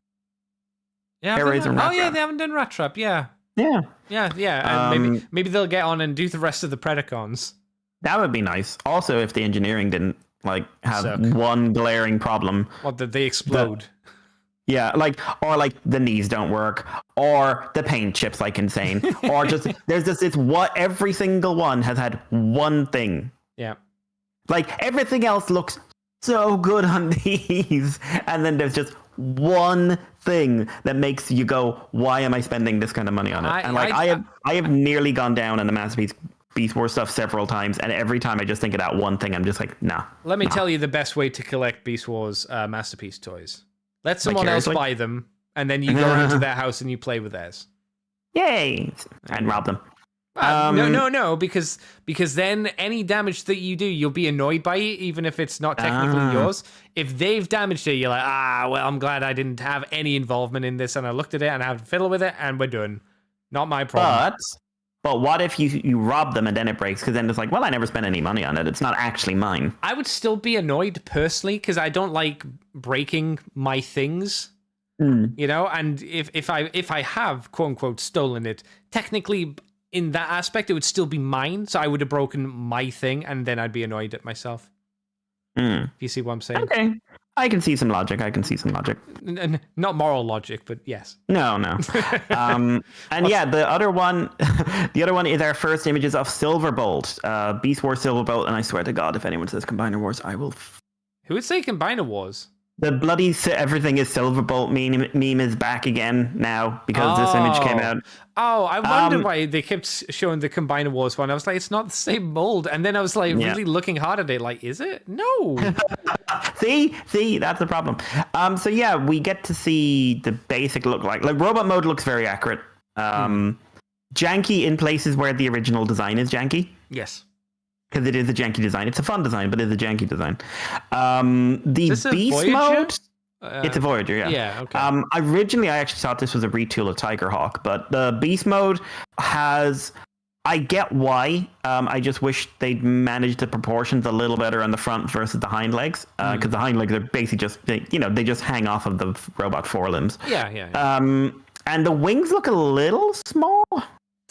I could see someone doing a DNA upgrade kit to make the wings bigger for 40 quid. But yeah, and like someone's gonna go like the face and the wolf isn't right, and I'm just like, yeah, but like that's just the design aesthetic of the post Kingdom Beast Wars, which is like we're putting an animal face on it, a real animal face. Yeah, rather than the weird cartoony kind of look. Which is a shame. That's I mean, we say that when you look at Inferno, who's like this really cute baby ant, and he's the only weird one. I saw Antagony in Forbidden Planet for like 35. That's about standard. That's almost regular Voyager price. Yeah. Maybe. What head would you display her with? Because I don't like the scavenger head. No, I think I go regular because Antagony was always just a repaint. I can't remember whose channel I watched or where I saw, but someone did a video saying that they half-assed Scavenger when they put out Antagony. They were like, I can't believe this is the Scavenger figure, and I was like, but it's not. It's a bonus set. I didn't leave a comment. I just saw the video and was like, I don't think they understood that this was. That's just a funny little inclusion of like a nod and a wink. Yeah, they just went, he's an extra head. Whatever. It's Antagony. I don't think they knew Antagony was a thing, which is fine. Antagony's kind of obscure even for Transformers because it's just a Scavenger. Scavenger's more obscure, I'd say. I'd say no because Scavenger was an official release. That was a toy. Right, that was a toy that was out in the world rather than a BotCon exclusive. A toy no one owned. Not at the time. Would people go on about Scavenger? And I like Scavenger. I do. I think it's a cool design. But when people go on, I'm just like, you know what? Maybe you should have shown support for Scavenger back in the day by having people pay money or encouraging your parents to pay money for him, so that you say, "Oh, I want that. I want that, mummy. Buy me that." Instead of letting him shelf form for so bad he was still in some shops 10 years later. Funnily enough, I don't think I want Inferno to be upgraded to Scavenger. I think he was fine as he was. No, he was perfect, and that's why Antagony's a nice repaint, which is why I'm kind of like maybe I would pick it up, but maybe I will. Who knows? I will tell the world on the internet via social media, but then you'll all know. But I still think they should have given her Antagony the female head. In the art design. Yeah, that would have prefer made more sense. I would have liked that as well. Yeah, I have to admit. I get why, and I just 100%. Like, yeah, no, and like worst comes to worst, it's like what if Inferno scanned a different species of ant? A cute ant. Yeah, not monster ants. Yeah, what if he scanned a black ant? That's a thing. Oh, there you go. Big D says, MP Rat Trap could just be a re-release of the Thrilling 30. No, fuck off, Big D. No. Oh, no. You have... Nope. Why are you siding with evil? Bonk. No. Why have you made the choices you have made in your life? No, stop that. No. Stop that immediately. I do get very glad looking at looking at masterpieces that my solo example is OG MP1 Convoy. Oh, yeah. No, that's fine. He was one that didn't explode. Orange, welcome, Orange, says, I love him, I think, in relation to Silverbolt. He's a cool. Voyager scale. Excel Hedge, nah, Andy, best is to wait for the cheap KO that fixes the problems of the official. KOs are really inconsistent of what they do and what they don't do. Because they have not done an Armada, Legacy Armada Starscream that's good quality. So, and I would have got that. And also, like, the companies that were behind that got, like, shut the fuck down because the guy in charge of it went up to, like, official people at official convention and said, look at my toy, it's better than yours. Yeah, which isn't wise. Shocking. I'm not kidding, by the way. No, he literally did that. I remember. Big D says, someone on Tinternet showing a lack of understanding. Never. Well, it happens. I cleared out my local of £5 Transmel 2 black Arachnias over Scavenger.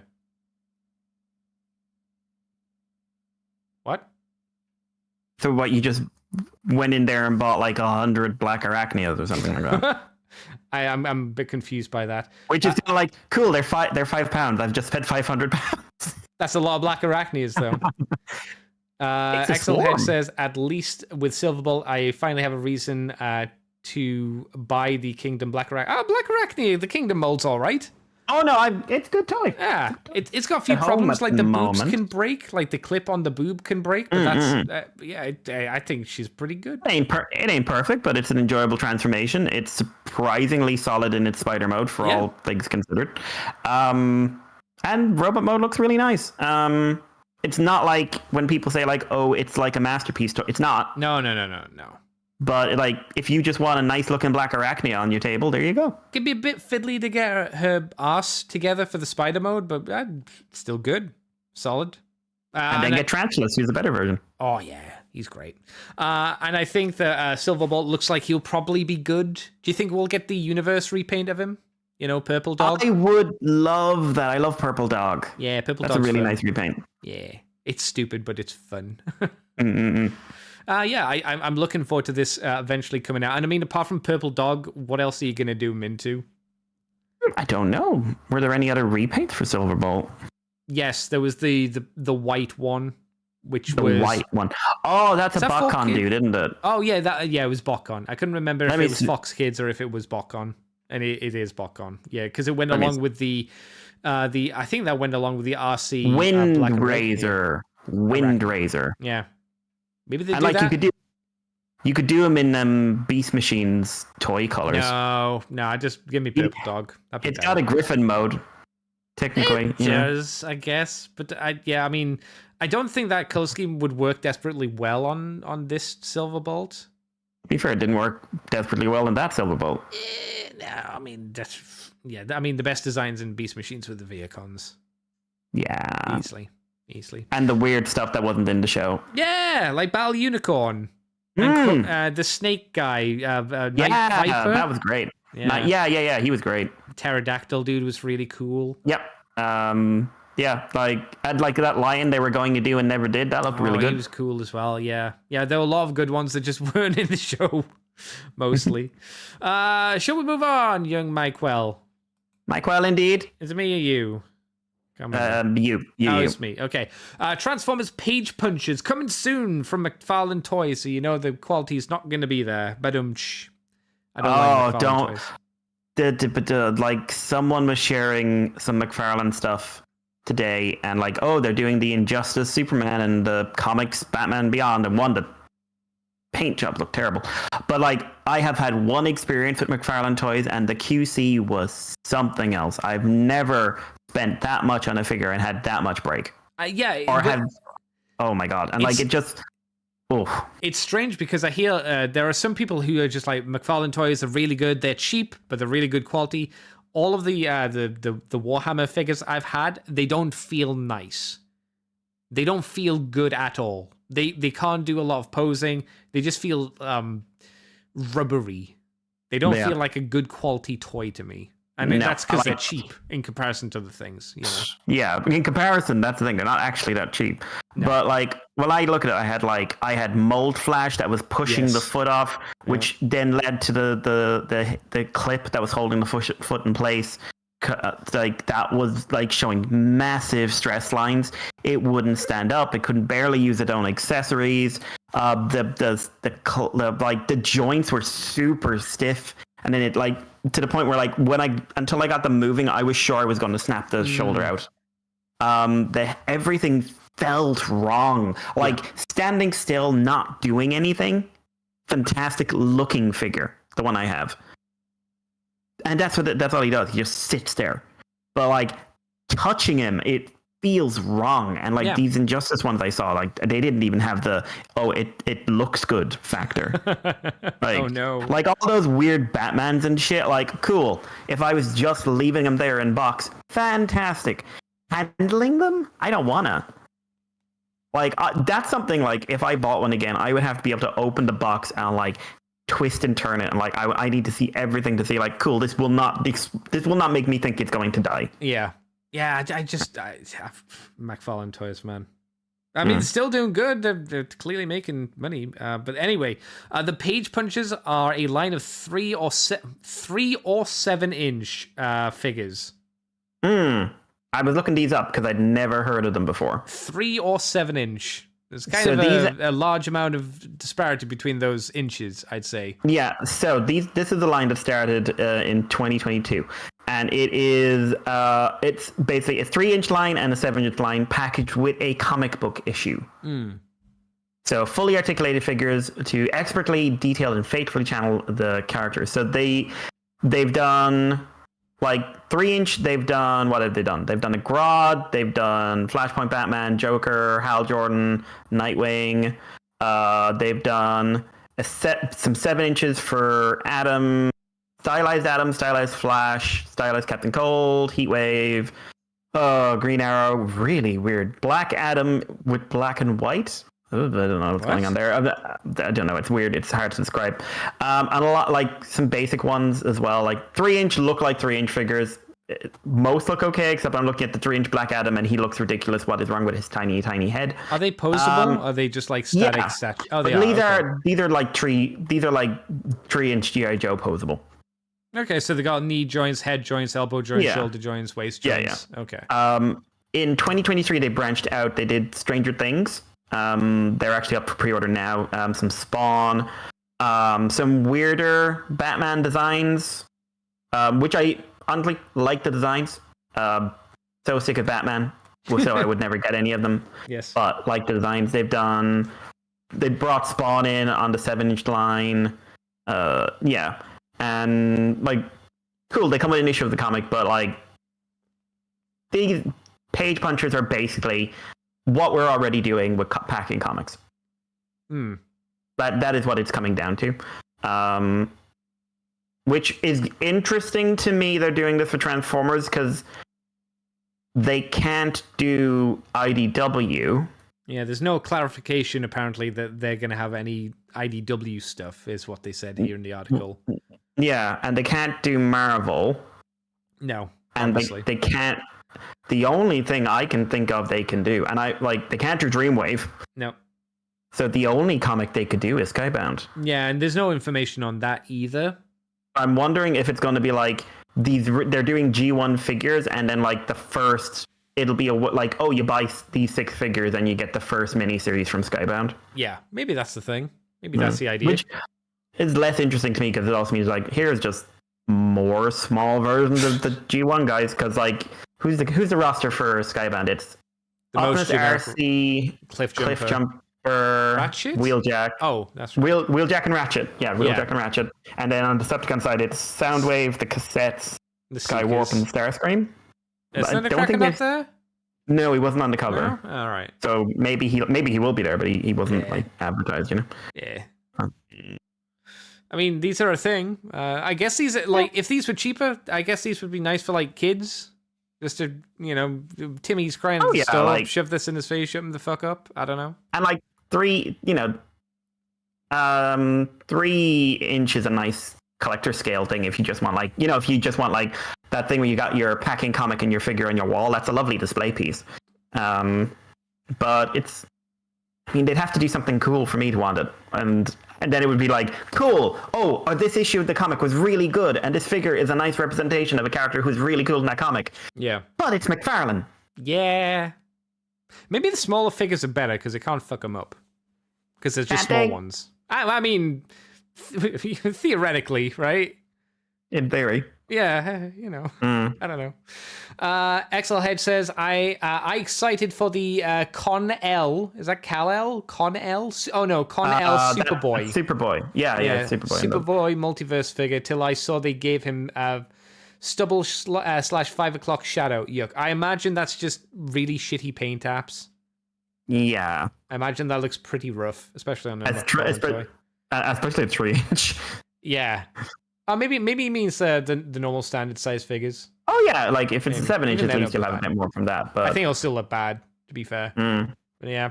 So page punches are coming out. I'll take the next one as well because it's a quickie. Earthspark are showing the Cyber Combiners, a gimmick we haven't seen since Cyberverse. Yeah. Which was a gimmick we hadn't seen since RID. Yeah, which was a gimmick we hadn't seen since Energon. So what you're going to do is you're going to buy a 2-pack. There are two 2-packs announced. There's the Bumblebee and Mo Malto, and then there is the Terran Twitch and Robbie Malto. One becomes a pair of pants, one becomes a top. And that's where you kind of smush them together. I'm sure they'll be interchangeable. Yeah. These are coming out. I hadn't noticed a part of this. Oh, you'll need to tell me. I hadn't noticed the faces. Oh, yeah. These are coming out in January next year. They are going to be $30 each. Yes, Michael? Ooh. I know. 30 how much? $30. Sorry, you ruined my laughing. I was laughing and you ruined it. You're welcome. There's also the Cyber Sleeve Blaster, which is $15 if you want to basically go down your Nerf route. But we'll look at that. Una momento, por favore. So, Bumblebee and Twitch do transform. The Maltos do not. They only turn in 2 legs. We can see a combined image of Bumblebee and the Maltos.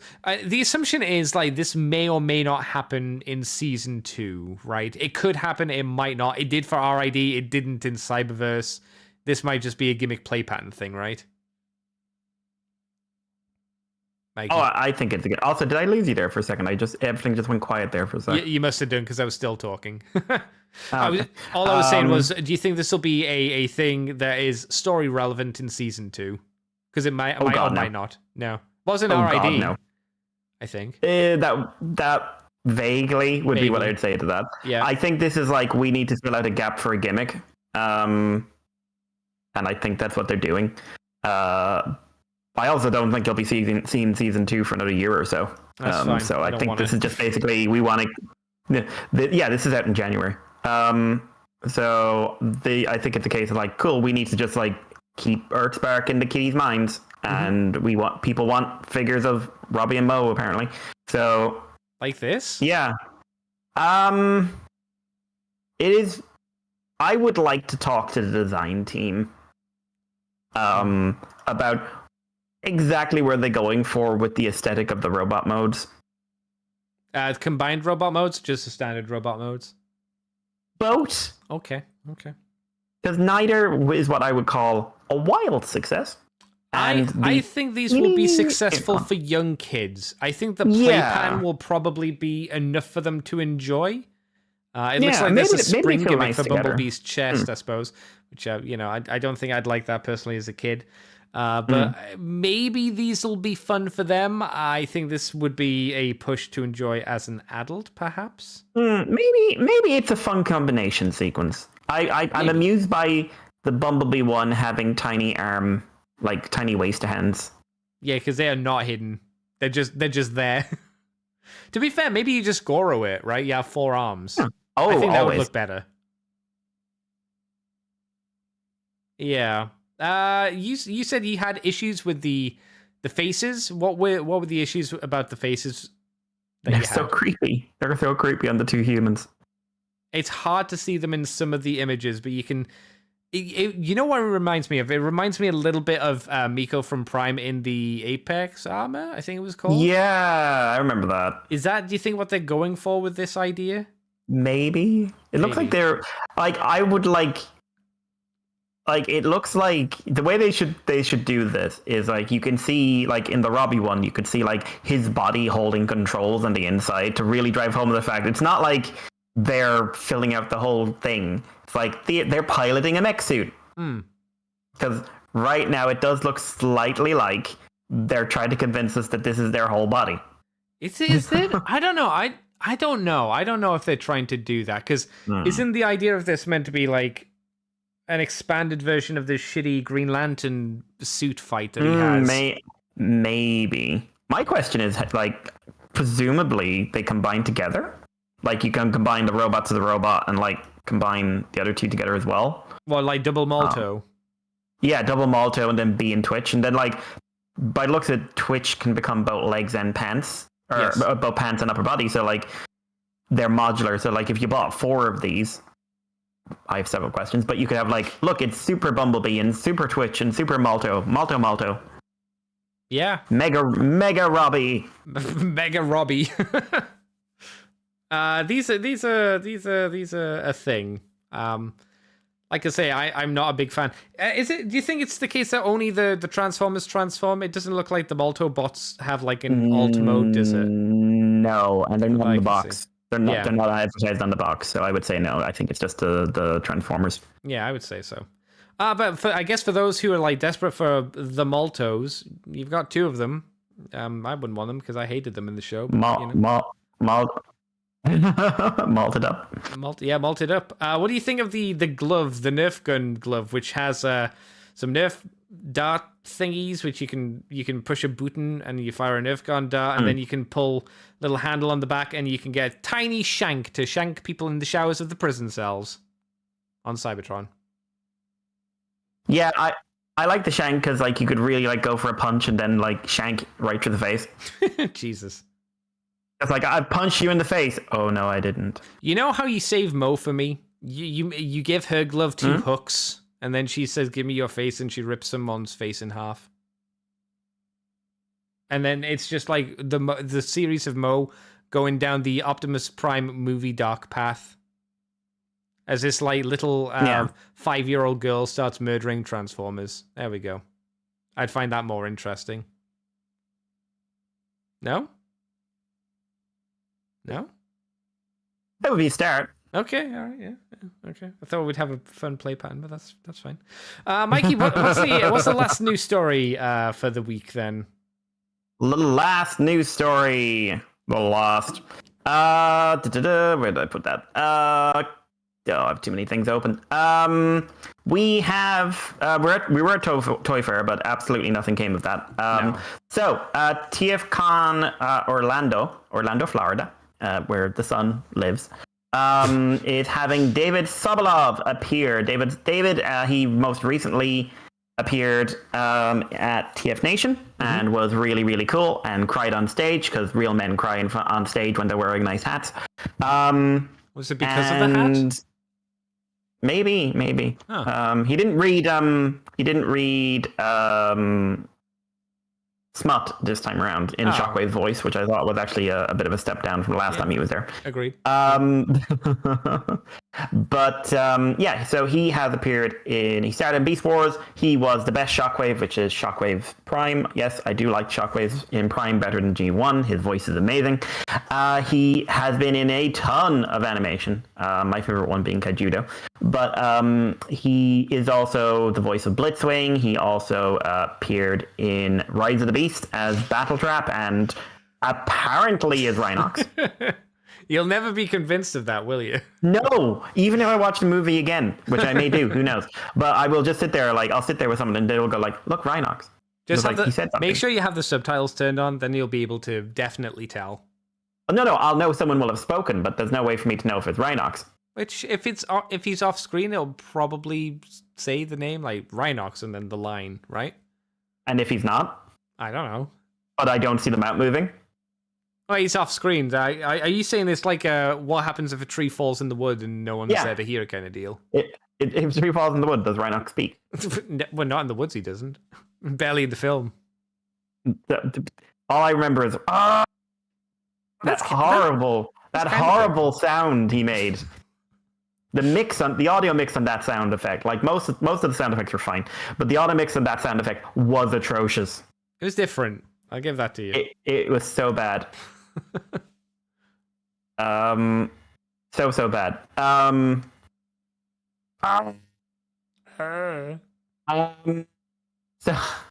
So he's really cool. He's really interesting to talk to. He's really informative, and he's just a really chill guy. And I'll never forget that time he just sat in the audience listening to something, and someone realized who he was and nearly fainted next to him. And yeah, so like if you get a chance to talk to him, David Sobolov, really, really worth your time. So that's it for the news, really. Cool. Then, Mikey, of course, what have you been up to for your last? What you've been doing this week? What are you doing? Oh, my last. What you've been doing this week? Jesus. I start a few things actually. I started putting together my Lego Sonic set. Which one? Which Lego Sonic set? I'm not sure. The box is all the way over there. It's the one where you get the loop. Okay.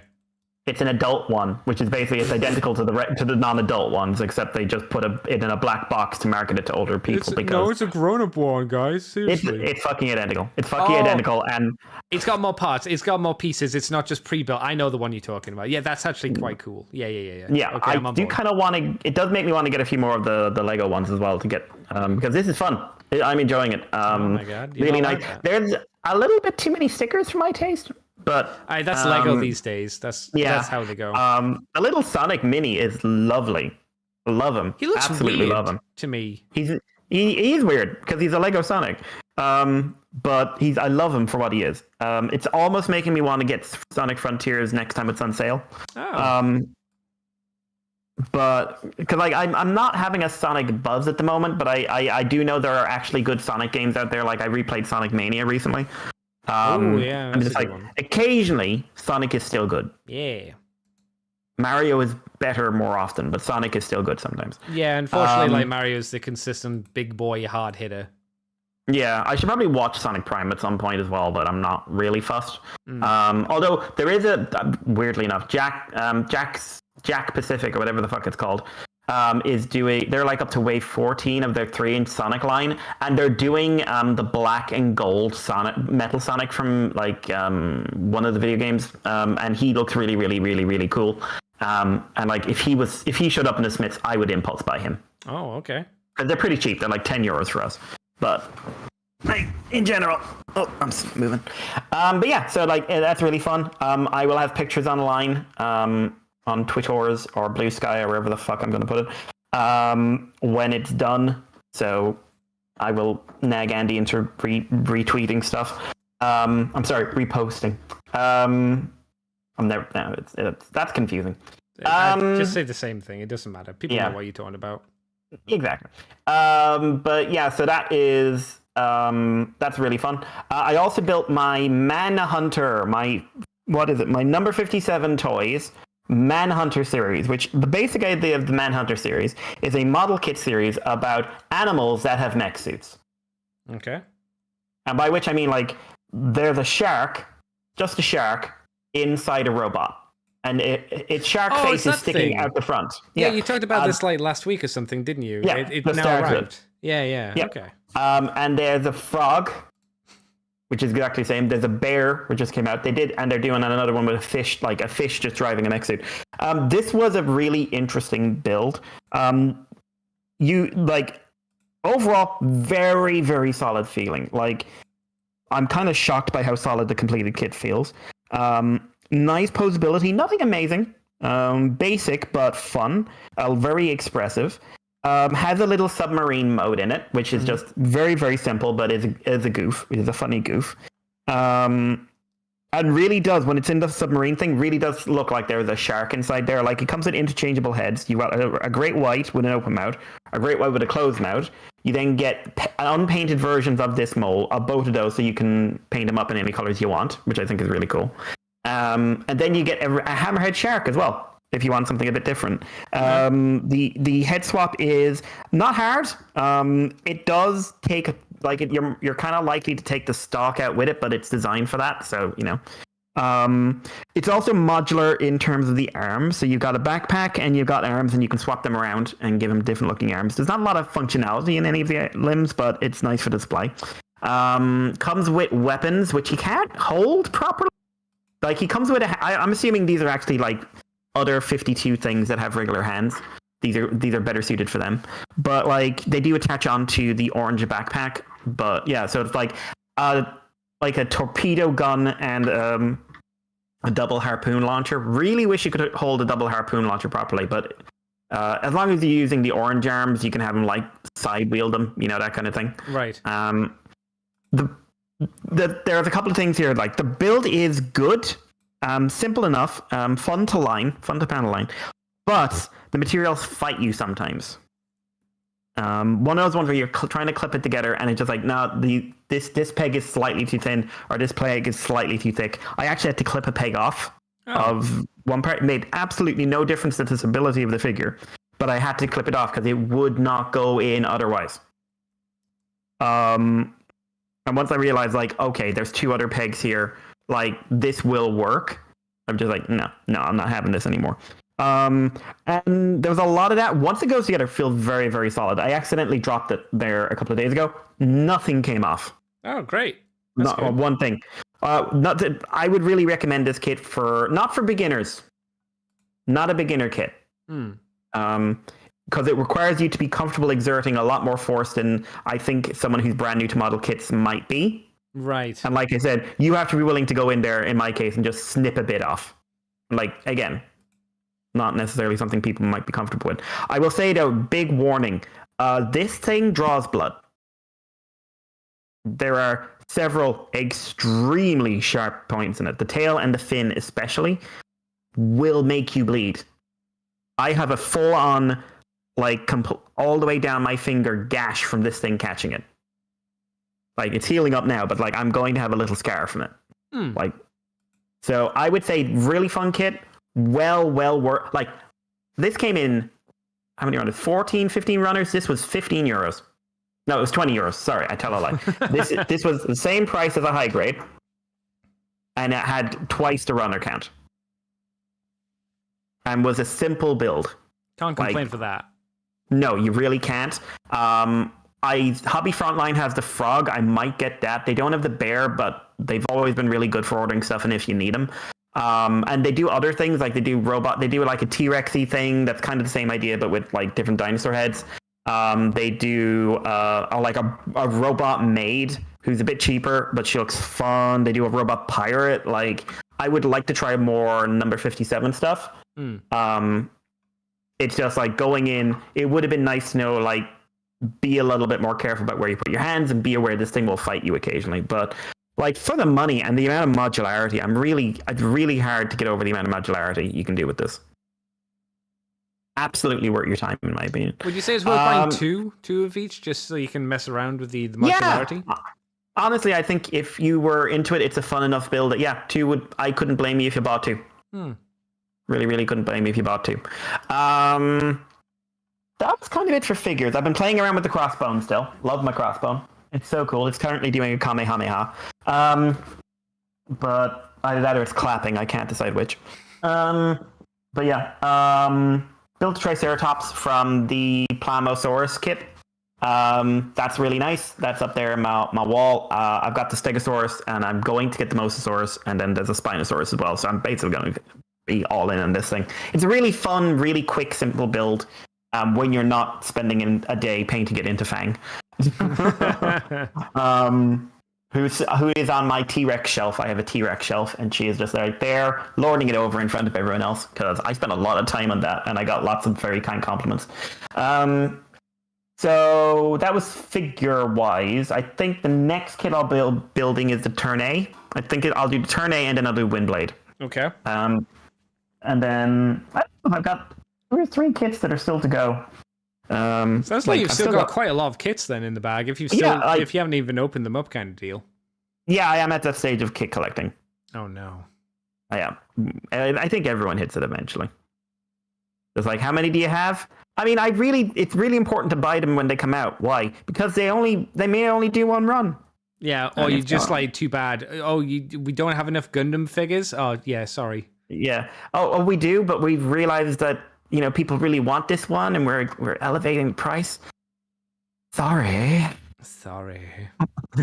Oh. Japan, you really need to make another factory just to make some Gundam kits. Just have one in America. Yeah. It would alleviate some of the pressure at the very least. Just, make sure it's like run by Yi, not like Bandai America. Oh, I mean, yeah, that's a given. Yeah, like really, really have to emphasize this. So, in terms of media-wise, it's been a weird week because this is the most Sentai week I've had in many, many moons. Many, many moons. So, Cosmic Fury, Power Rangers Cosmic Fury came out this week, and because it was only 10 episodes, and because it is, as far as we're aware, until there's a reboot in 2 years' time, the last traditional Power Rangers show. Wah. They are planning to reboot next time with wholly original material, which, let's be honest, is translating into we're rebooting Mighty Morphin.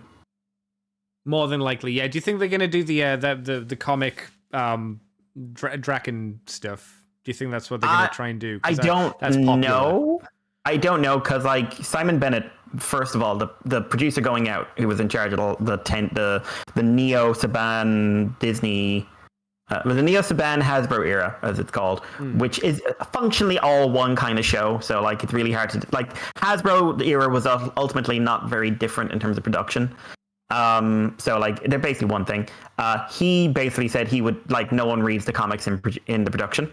Like, I was reading through some of his comments during the week, and I was just like, yeah, no, he's pissing a lot of people off, and they shouldn't be pissed off. It's a producer saying things the producer says, but also like. He should know better than to share online. Yeah, don't talk online. Generally, that's a smart idea, especially if you're in productions. Yeah, do it after the production. That's fine. Not during, not beforehand. Yeah. Stay quiet. But yeah, so I think. Well, I've been thinking like they're going to do Mighty Morphin, but I can't imagine them doing it unless it's animated. Like I'm talking like modern Avatar style young adult animation kind of thing, because. Because like looking at this show, the budget weren't huge. I'm trying to think what writing I would prefer. Would I prefer Power Ranger writing, or would I prefer writing from like Korra? And I'm like, I don't know. I don't want to either. I would prefer the better Power Ranger writing. I don't think we're allowed that though. But there's some good Power Ranger stuff. The fun Power Ranger stuff. I would prefer silly Power Ranger stuff.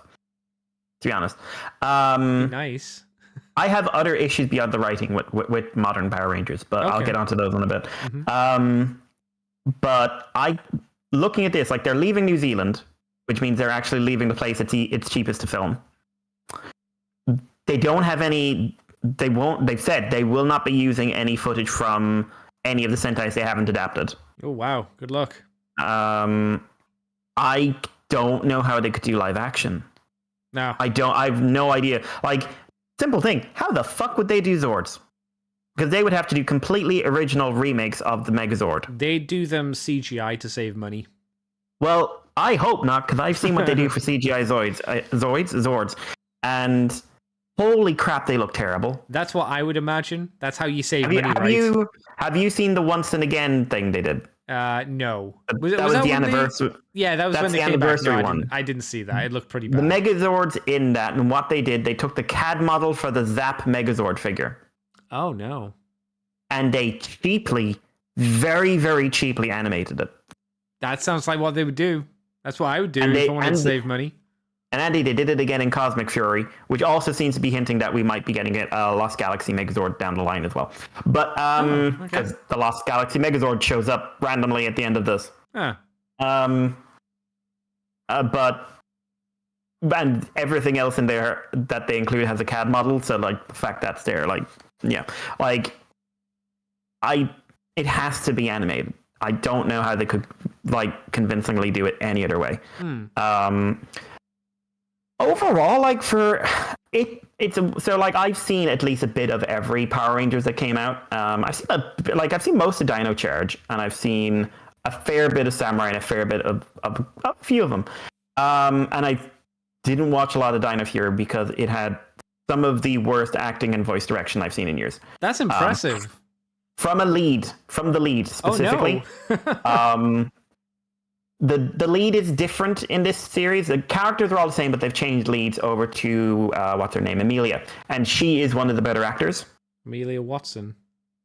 Mate, God, that would be horrifying. So basically, it's an original story. They use the Q Ranger mech footage and nothing else, and like some of the suits. Yeah, I was going to ask some of the suits. Yeah, but like most of the original, but I like none of the Ranger suits. A couple of monster suits. Oh, interesting. So they're all like new suits then, Ranger suits. Yeah, at least all new suits that were Hasbro pushed because they had to be dinosaur themed. How do they look? Are they muscle suits? Yes. Oh my God! Stop! You don't need to do a muscle suit. Hasbro insisted, like again, the producer said this like afterwards. Like Hasbro insisted that we simplify the suits because it's easier to make toys. Okay. Yeah. We add muscles because we want them to look strong. And they have to keep the dinosaur design. I guess adding muscles for a muscle suit does make it more look like makes them look more like an action figure, I guess. Yeah, well, that's what they wanted. Yeah. They wanted something where they can do that look while translating either, which looks really weird on the three girls because they have sculpted boobs. They have Bandai era Legacy figure sculpted boobs. Wow. They do not have six packs. They have full on like boobs. Did they have stripper heels as well? That would be fantastic. Oh my God. It's so weird. It's so weird in the show that's actually really pushing like women are great. Look, here's our leader. She's a woman. She's cool. Here's our lesbian character. She's cool. No, let's give them really prominent breasts. Come on, Mikey. That's not fair. Women can be cool and have big boobs too. Don't be like that. This is true, but they should be their boobs. They should not be like built-in boobs to make up for the fact that their boobs don't stick out far enough. In a children's show. Those 7-year-olds are very confused right now. Yep. But so like the suit designs are kind of okay. They do it a different. There's like a lot of behind-the-scenes stuff. Like there's the swordfish from Q Rangers renamed into a shark because Hasbro wanted it. Hasbro didn't want the African American character to play a white ranger because they thought they might get in trouble. Why? Who can say? And then so they changed it to sort of like a tan. I think it's called champagne color, but it actually looks pretty cool. As a color, it looks fine. It does look fine. Did they call him the Champagne Ranger? Zenith Ranger. No, they should have said Champagne Ranger. That's better. They were going to have, well, that would be like G, Kamen Rider G. Yeah. But they were going to have him be titanium, but Hasbro said no. Why not titanium? That makes sense as well. Hasbro said no. Yeah. But don't they own titanium? Hasbro said no. Oh, okay. No, that's fine. There seems to be a lot of, they were originally planning 20 episodes, and then Hasbro said no. We don't care. We do what we want. We do what we want. Netflix said yes. Hasbro said no. Wow. Which is rare. So yeah, a lot of issues with that. So I'm going to say, I've been saying that anyway. Let's say some positives. It's one continuous story. Zed's the villain. They don't take Zed seriously. There's a lot of goof in this. That's a shame. He is very much in line with the season 2 Zed, the second half, the post Rita Zed. Yeah. Fred Tatasciore is doing his voice now, and he is doing a pretty decent impression of Axelrod. I would say, like, I kind of like his bits were fun at least. Like, it's not like they're making him goofy or anything like that for the fun of it, but like he is okay. But then like he has no big fight scene at the end. And technically this isn't RZ as well; it's a clone, but they don't talk about that much. But they give him a new suit design at the end. Is it bad like the Rita one? It's okay. It's like a bit over edgy for my taste, but it's at least it's like, oh, it does look like something like Japanesey. Okay, that's good. Apparently, by the way, the Rita one, they got in trouble because Hasbro said they were appropriating Japanese culture by making her looking too Japanese. What? She's for Japanese. The Robo Rita. No, they're appropriating her culture for making her look too Japanese. But she literally is Japanese. The woman who played it was Japanese. You know the moments where they try so hard not to be racist, they come around and be very, very racist. Yeah, a little bit. Yeah. Yeah, that. Oh, no. But like they said in the thing, like, oh, the suit was never designed for a fight. We never wrote that Zed would have a fight. Why? Well, the suit's too delicate. And I was just like, maybe the problem there was you shouldn't have designed that suit then. Yeah, or you designed it differently so it could have a fight. Yeah. Maybe write a fight and then design a suit around that. Yeah. Yeah, but like, anyway, I'm rambling. I want to say some positive stuff because honestly, it wasn't too bad. There's a lot of the problems I have are kind of things inherent in how Power Rangers is being made in the last few years. But the writing is fairly decent. The actors are better in this. I could see, like, I finally realized the actors are fine. It's not their fault. We're going to talk about why it's not their fault in a bit. Oh. The basic plotting was kind of interesting. They did, because they're on Netflix original, they did push the boundaries a little bit of what they'd normally do for Power Rangers. In terms of what do you mean exactly? Like the themes and whatnot, or something else? Yeah, thematically, consequences are a bit more serious. All right, okay. There's one thing that really bugged me. I'm going to talk about that in a bit. Because it's sending a very bad message in my opinion. But there's a lot of callbacks. Billy's the main character in this. David Yost doesn't really emote much, but he is the main character in this. And he's like fairly well written in it. Heckle from Dino Charge is in it, and he's great. He's actually great in this. Like, the actor is having so much fun. He is the bad guy from season 2, I think. And then he's like the do you remember Det Ryuger from the movie from Kyoryuger, the Spinosaurus one? Oh yeah. They give him his suit.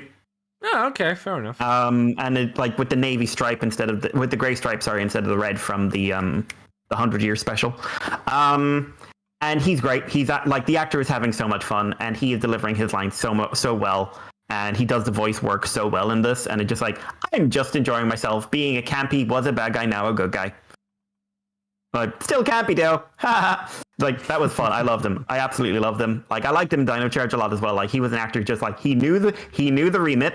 He filled the remit. You know the type? Like, he took the bad job seriously, as they say. The action is okay, not amazing. Not the stunt actor's fault. I'm going to talk about that in a second. Overall, like, it is fairly well paced. I like the consequences. I like the ending, actually. I think the ending is quite good. There is a big cameo that is done probably the only way they could do it in the last episode, which was nice. And I like the writing of the character they did.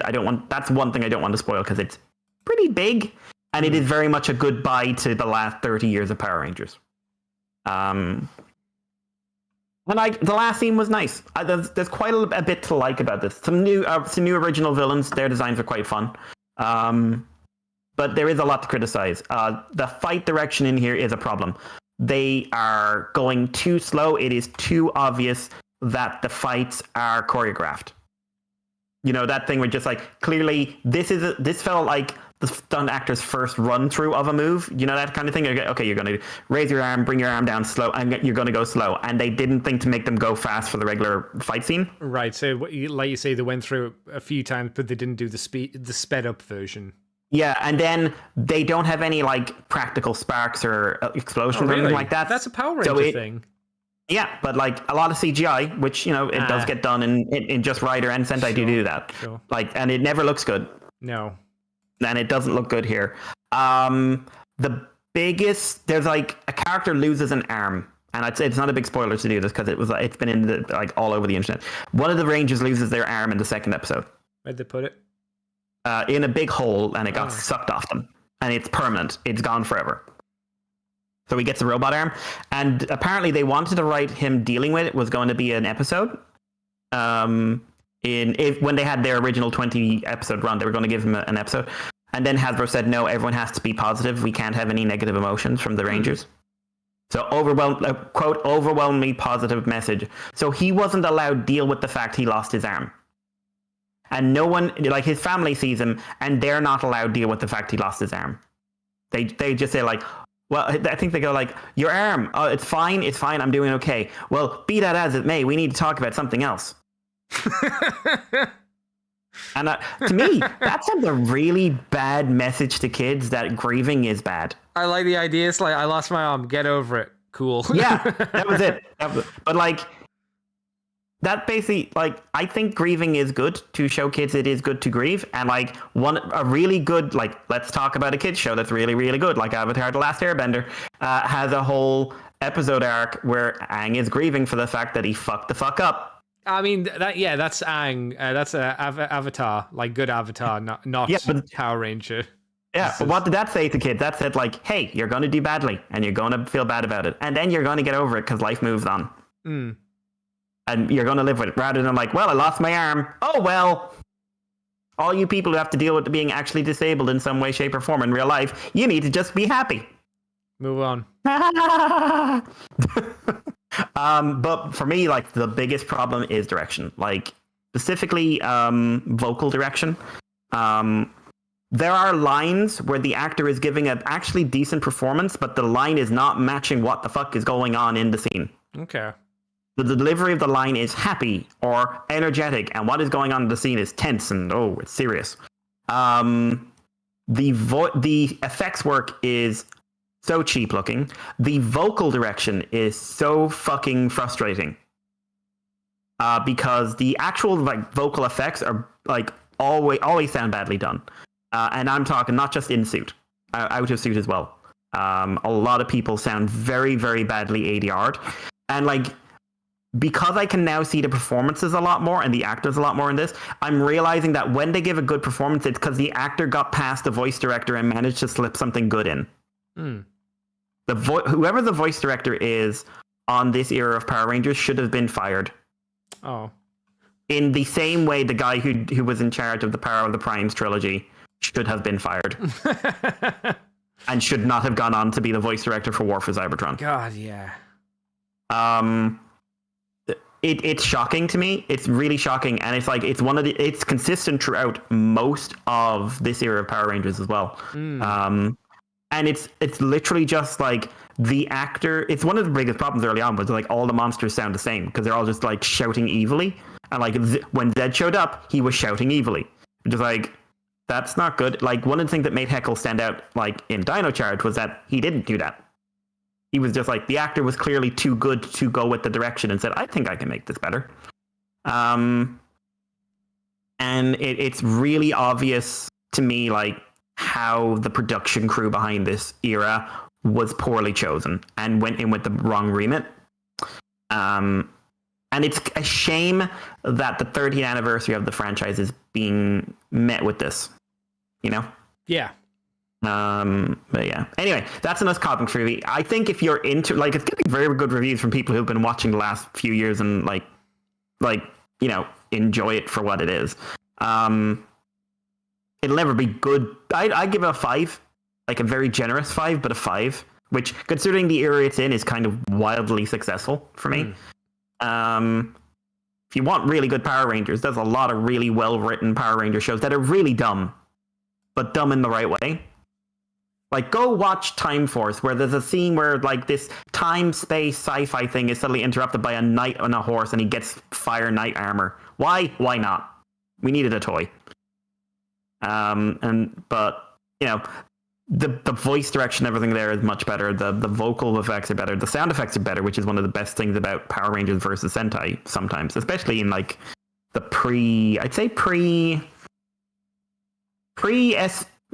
I'd say Jungle Fury was the last show where it was really noticeable to me. Like Geki Ranger, like the American sound effects are just better. Right.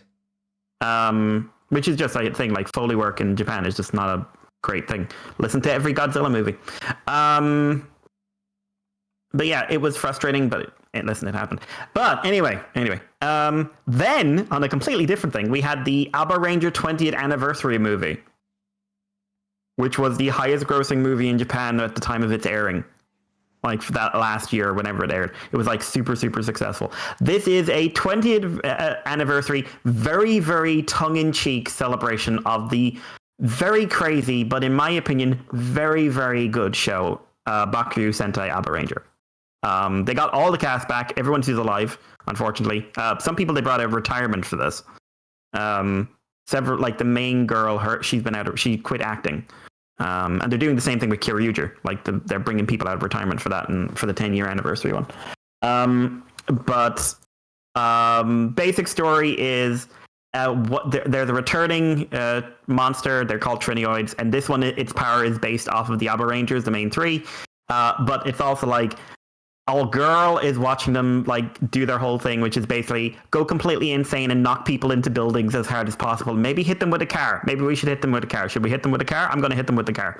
And she basically calls them onto a talk show to complain about them going too wild, and it's not realistic in the modern world to be that violent.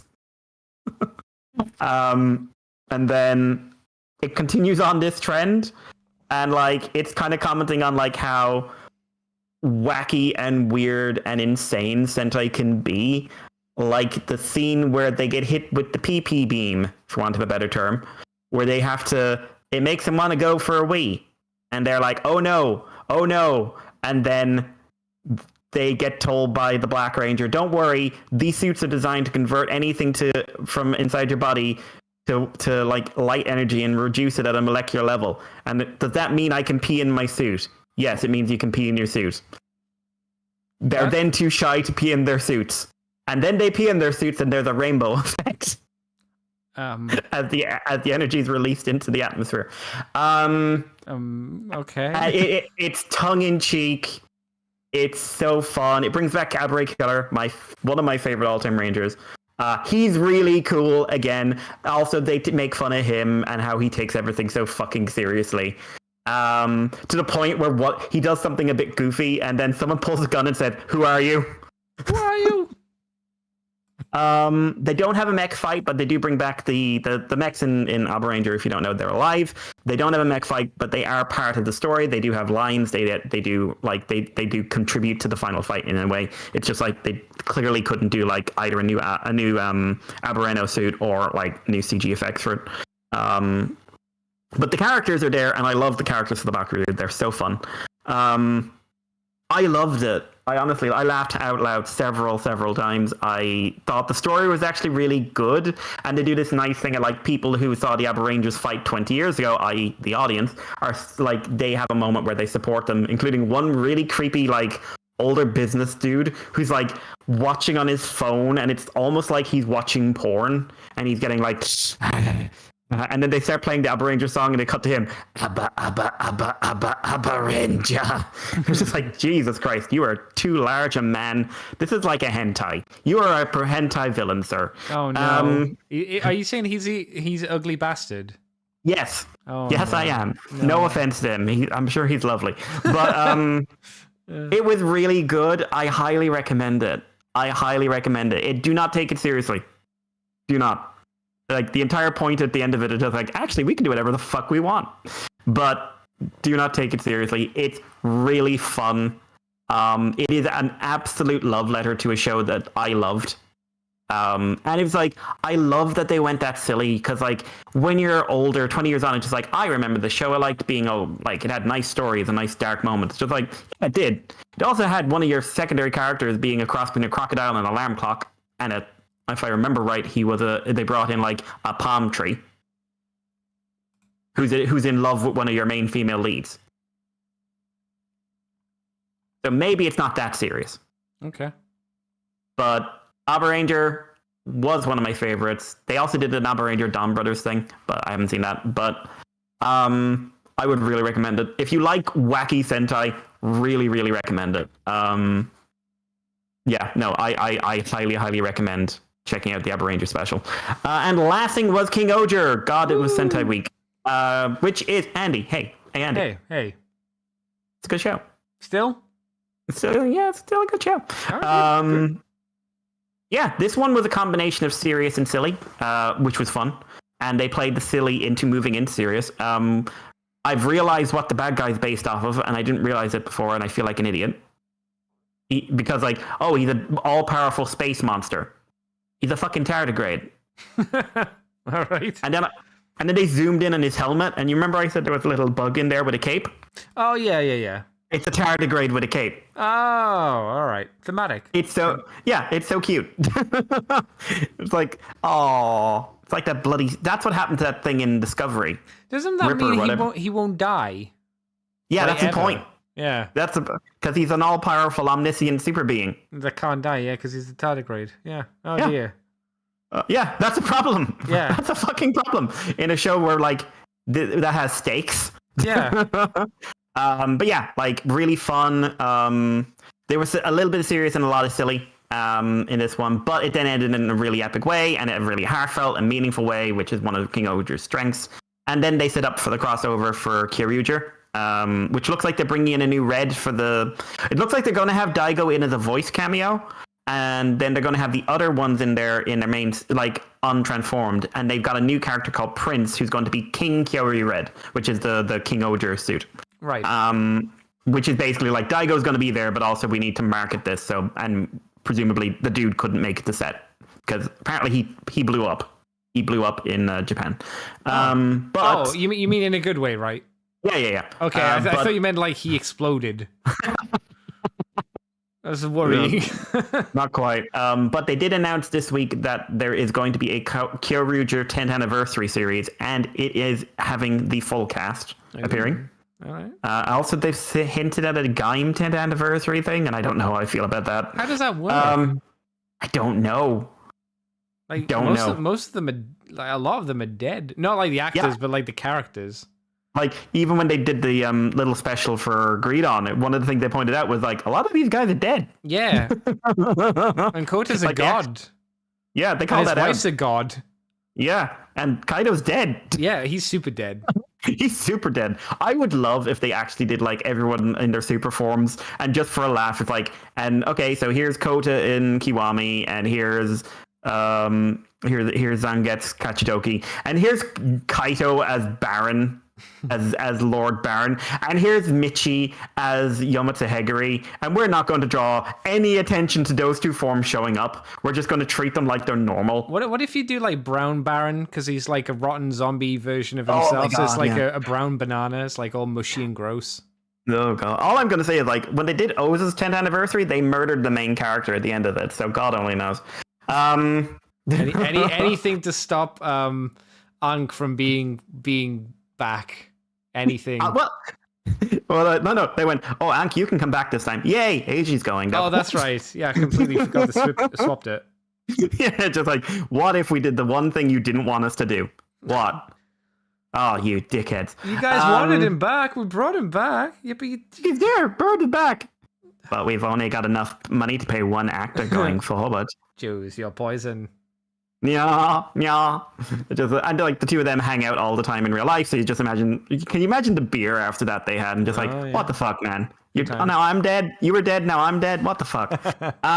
But King Oger, really, really good. Also did something I very rarely see, which was have a normal, like there's a human suit, a human monster suit, but it is just like a woman in a fairly tight-fitting outfit. Oh, with a monster head, right? Okay. She grows giant, and then she goes up against the clusterfuck combination. Mm-mm. One is this the image that you showed where she's like up to its groin because it's so big? Yeah, like very rarely do you realize how big some of these suits get. That's why most of them can't move, right? Yeah, and it's like it is shocking. To actually, like, I've seen it illustrated before, but see, like, she is just a person. She's a very, like, in order to fight it in a really cool scene, to be completely honest, she's got to, like, leap into the air and do, like, spinning high kicks. Because otherwise she can't reach its head. Like, it is enormous. That thing has got to be close to 10, 12 feet tall. Wow. There is a human being in that. There is a real living person in that suit. And you know what? You don't know he's alive at that point. But do you know what's worse?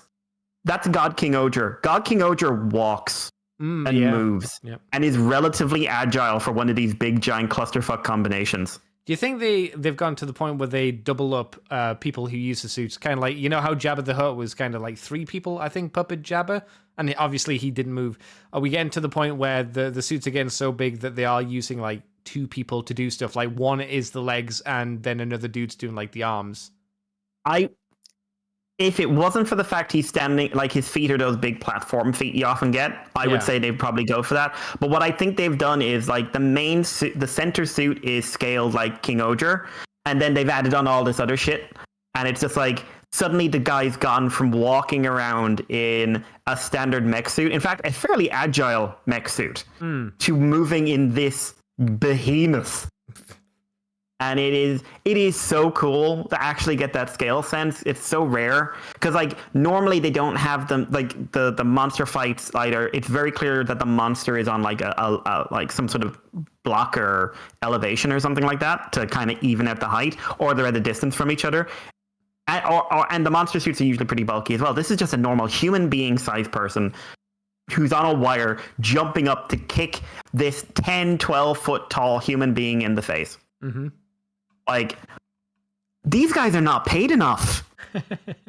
This man or woman, whoever the fuck is in the middle of that suit, is not paid enough money. Like, they deserve a fucking medal. Wow. Like, suit actors in general, vastly underrated in my opinion. But wow, it was so cool. It was so cool to see. I loved it. I absolutely loved it. Anyway, King Oger setting up for a crossover with Sakamoto's coming back to direct for these two. Oh, cool. Koichi Sakamoto, which is going to be good. But yeah, looking forward to it. One of my favorite Sentai's, teaming up with what is probably becoming, will it top Jetman? I think Jetman's got nostalgia factor for me.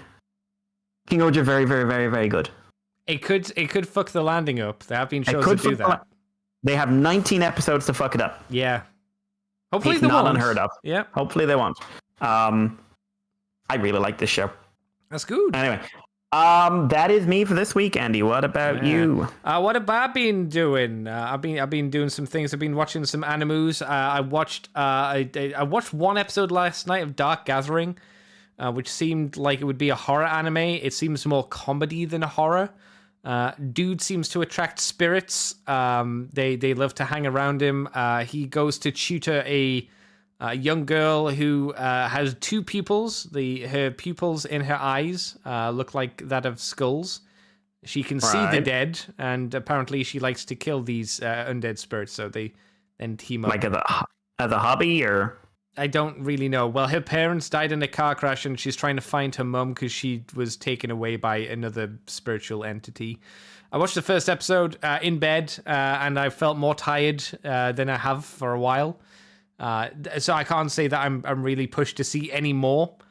I wouldn't say it was like awful, but there was no real big hook where I was like, oh yeah, this is good. If like I say, looks fun. The visuals look fun. Yeah, the visuals of like the little grill are interesting, but I didn't really feel too much bar like, oh, it's fine. I didn't find it funny, and it felt like that's what I was going for more so than anything else. I think if it edged more on the horror side of things, it could have been more interesting because there aren't a lot of good horror animes.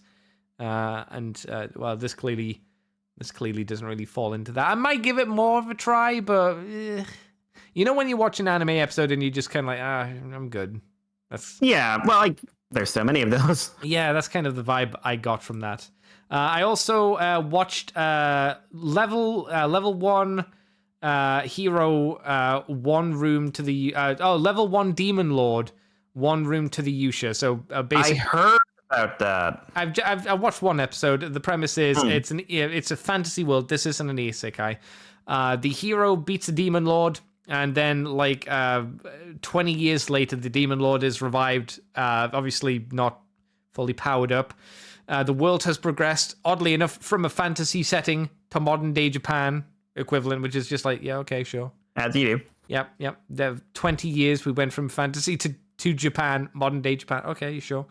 And the Demon Lord goes to find the hero and finds the hero is basically turned into a bum because of like various scandals, like sex scandals and other the stuff. You know, he's been cancelled basically on the World Wide Web or whatever the equivalent does here.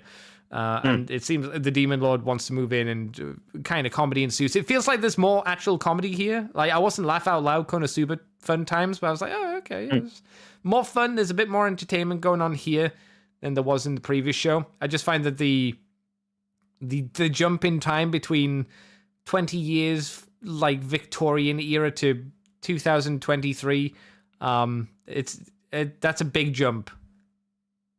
That's a big jump in technology, huge, and structure. Fine, whatever. I also tried, Mikey, have you heard of the Eminence of Shadow? No, I don't think I know that one.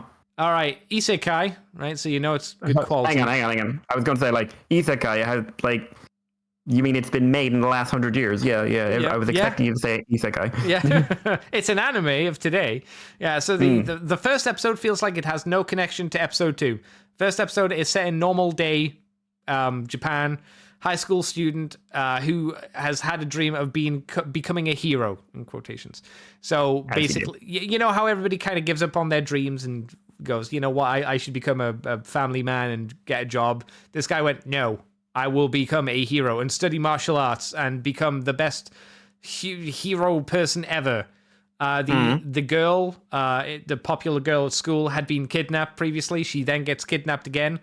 This character then goes after to save the grill by performing inhuman feats, like smashing through a window of a warehouse and falling down and being able to dodge bullets and, anime nonsense. Yeah. Beating up people with a crowbar, saying these are like tonfas, but if I use them like crowbars, they become even more powerful. And have really cringy lines. Have even cringy lines like saying in English, I want more power. And you're like, more power? No, slower. Oh no, that's that. Oh no, is this like that time in Steins Gate that Ocarine was at the airport and the guys asked him what he wanted, and he just said in really broken English that he wants to invade America? Yes. Oh my god! That makes me want to watch that movie again. That was a really good movie. It's that kind of cringe where you go, ooh, okay, no. So the episode ends, and it ends with just like a cutaway where it goes, the student was killed in a car crash, and it just shows his picture, and you go, oh, so he just died. Okay, never mind. So it didn't feel like anything really mattered in episode 1. Episode 2 starts. He's reborn. You may have heard this before, Mikey, as a baby. With all of his memories, so he knows how to fight perfectly. Obviously, there's magic in the world, so he learns how to do magic. So he's super powerful. Is there a moment of the baby like does a backflip and kick someone in the head or something? No, there is a point where he's like a young child, I suppose, and he's off killing bandits, as you do, because he's from a really prominent, rich family who are known to become. What was it, Dark Knights or something like that, in society or whatever. So he goes, kills these bandits, finds this weird blob creature.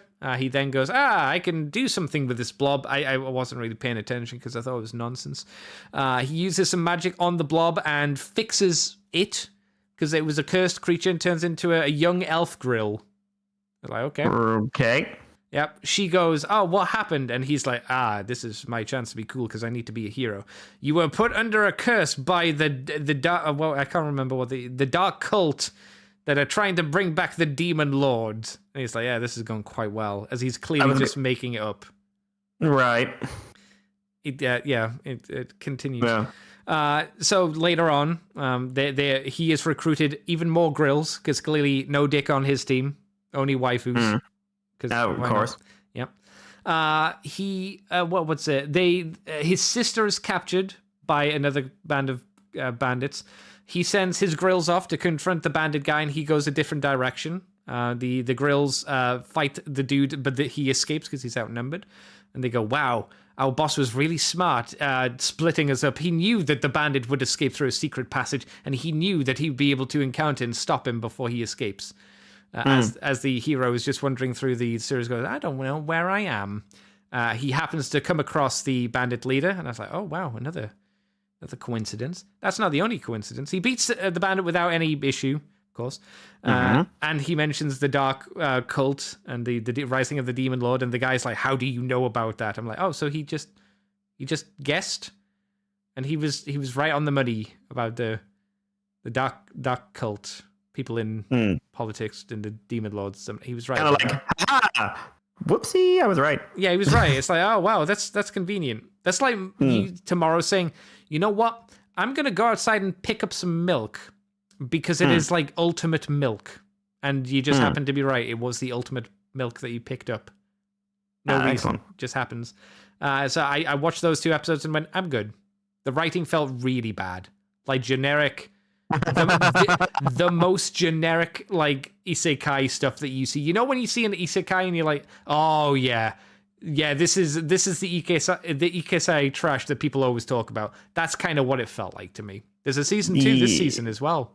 Oh my god, it sounds like it. Like I am behind on my anime. Just time and focus and. Mikey, are you telling me with all your work you haven't been watching all of the isekais that have been coming out? No, Andy, I've not watched every isekai. I'm still like to be fair, I'm basically sitting here going like Gridman is out yet. But I know I have not managed to do every isekai. But like the second you started describing, I was just like, yeah, he's gonna be reincarnated in the baby. You didn't mention, is his family rich by any chance? Yeah, I did mention that. I said he was from an affluent family. Sorry, it gets lost in the it's the same generic shit.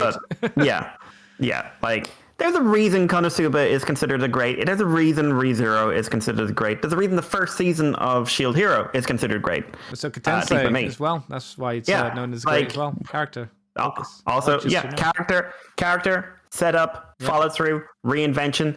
Masoka Tensei kind of like setting the bar by actually like having an arc and like doing stuff with it. Like, and it was the first one. Yeah, which is which is why you see a lot of what it does that influences like the modern stuff, but like they're very different shows, very different experiences, and all of them have doing something different that makes you like, what if you got the wish you wanted, and it turned out the one wish you didn't get was a superpower in a world where you can die at any moment, and also you're going to die, and also the ultimate evil's obsessed with you. Yeah, I'd say generally the better isekais are where the main protagonist is not very strong. Masoka Tensei is the outlier, but ReZero, he's shit. Yeah, like he's shit. Kazma's shit. His role is to make other people do the job by being an intelligent, emotional person who they can rely on. And sometimes it takes a few times of dying before he gets there. And he's not perfect because there was that wonderful episode where he literally said, I own you. Why don't you just do what I say because I saved your life? And she says, no, go home. No, go home. And she's the worst character in it. And she has a good moment. Which one? Amelia? Yeah. Like, she gets better in season 2 quite a bit. But, like... Oh, hey, that's the only bad thing about ReZero. I love Amelia. And you just sit there going, what is wrong with you? You're insane. This lovely blue hair, this incredibly powerful blue-haired maid just like pushed in the corner. Someone just pushes her back, and I'm like, no, I'm good. No. I like the woman who has no interest in me, and who's not super nice in this season anyway. I like her. Yeah, I like it, but to be fair, by the end of the season, his thing is like, I could have them both. Yeah. But that's only because Rem's so nice. Yeah, and really desperate. She did kill him a lot.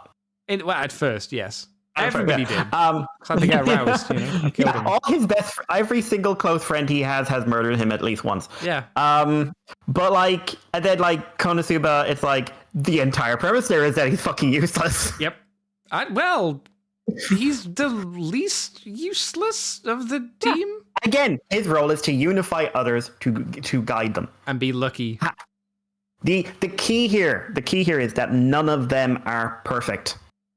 And none of them are in a world where everyone treats them like they're perfect. Yeah, I agree. That is the biggest problem with modern isekai that has spun out of these giants. I think it's the easy power fantasy most of the time. Yeah, we'll just do the power fantasy, and it's like, but let's do the character stuff. That's more interesting. Yeah, well, let's do a grand story. That's. Well, it's the self-insertion elements that that take over. Just like, hey, don't you want to be loved by beautiful women and beat up the people who are mean to you and be rich and be perfect. Well, live through this character. And it's like, do not live through the characters in ReZero. Do not live through the characters of Konosuba. You do not want to be them. You want to empathize with them. And they're written so well and so fun or likable or interesting or sympathetic that these other ones are just like, listen, I've given someone a really big gun, and that one over there has big tits. See, you were saying, like, do you want to be the rich, powerful person that gets all the women? It's like, yes. Do I want to watch a story about that? No, not really. Yeah. I don't need to self-insert. I've grown out of that. I don't need to pretend that's going to be me one day. No, exactly. It's like, I'm fantastic. Thank you very much. Okay. Do you know what anime I want to self-insert into? Keijo. Oh, but you wouldn't be allowed to play. You'd be allowed to watch, though. I would be an enthusiastic audience member. I would be like her dad. Would you be the stereotypical Japanese guy who has the two light sticks and the bandana across his head with the glasses that absolutely. you can't see the eyes absolutely. from? Yeah. Absolutely. But it would be my daughter out there. It would be like, there's my daughter out there stripping in front of everyone for a sport.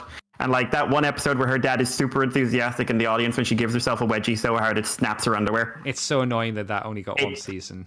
Oh my god, it's so annoying it got cut off in the manga as well. Yeah. Like it didn't get an ending. It's just like, fuck you all. It was super fun. Where's Matsume season 2? I like Bleach. I like Naruto. Keijo. Where's the Keijo love?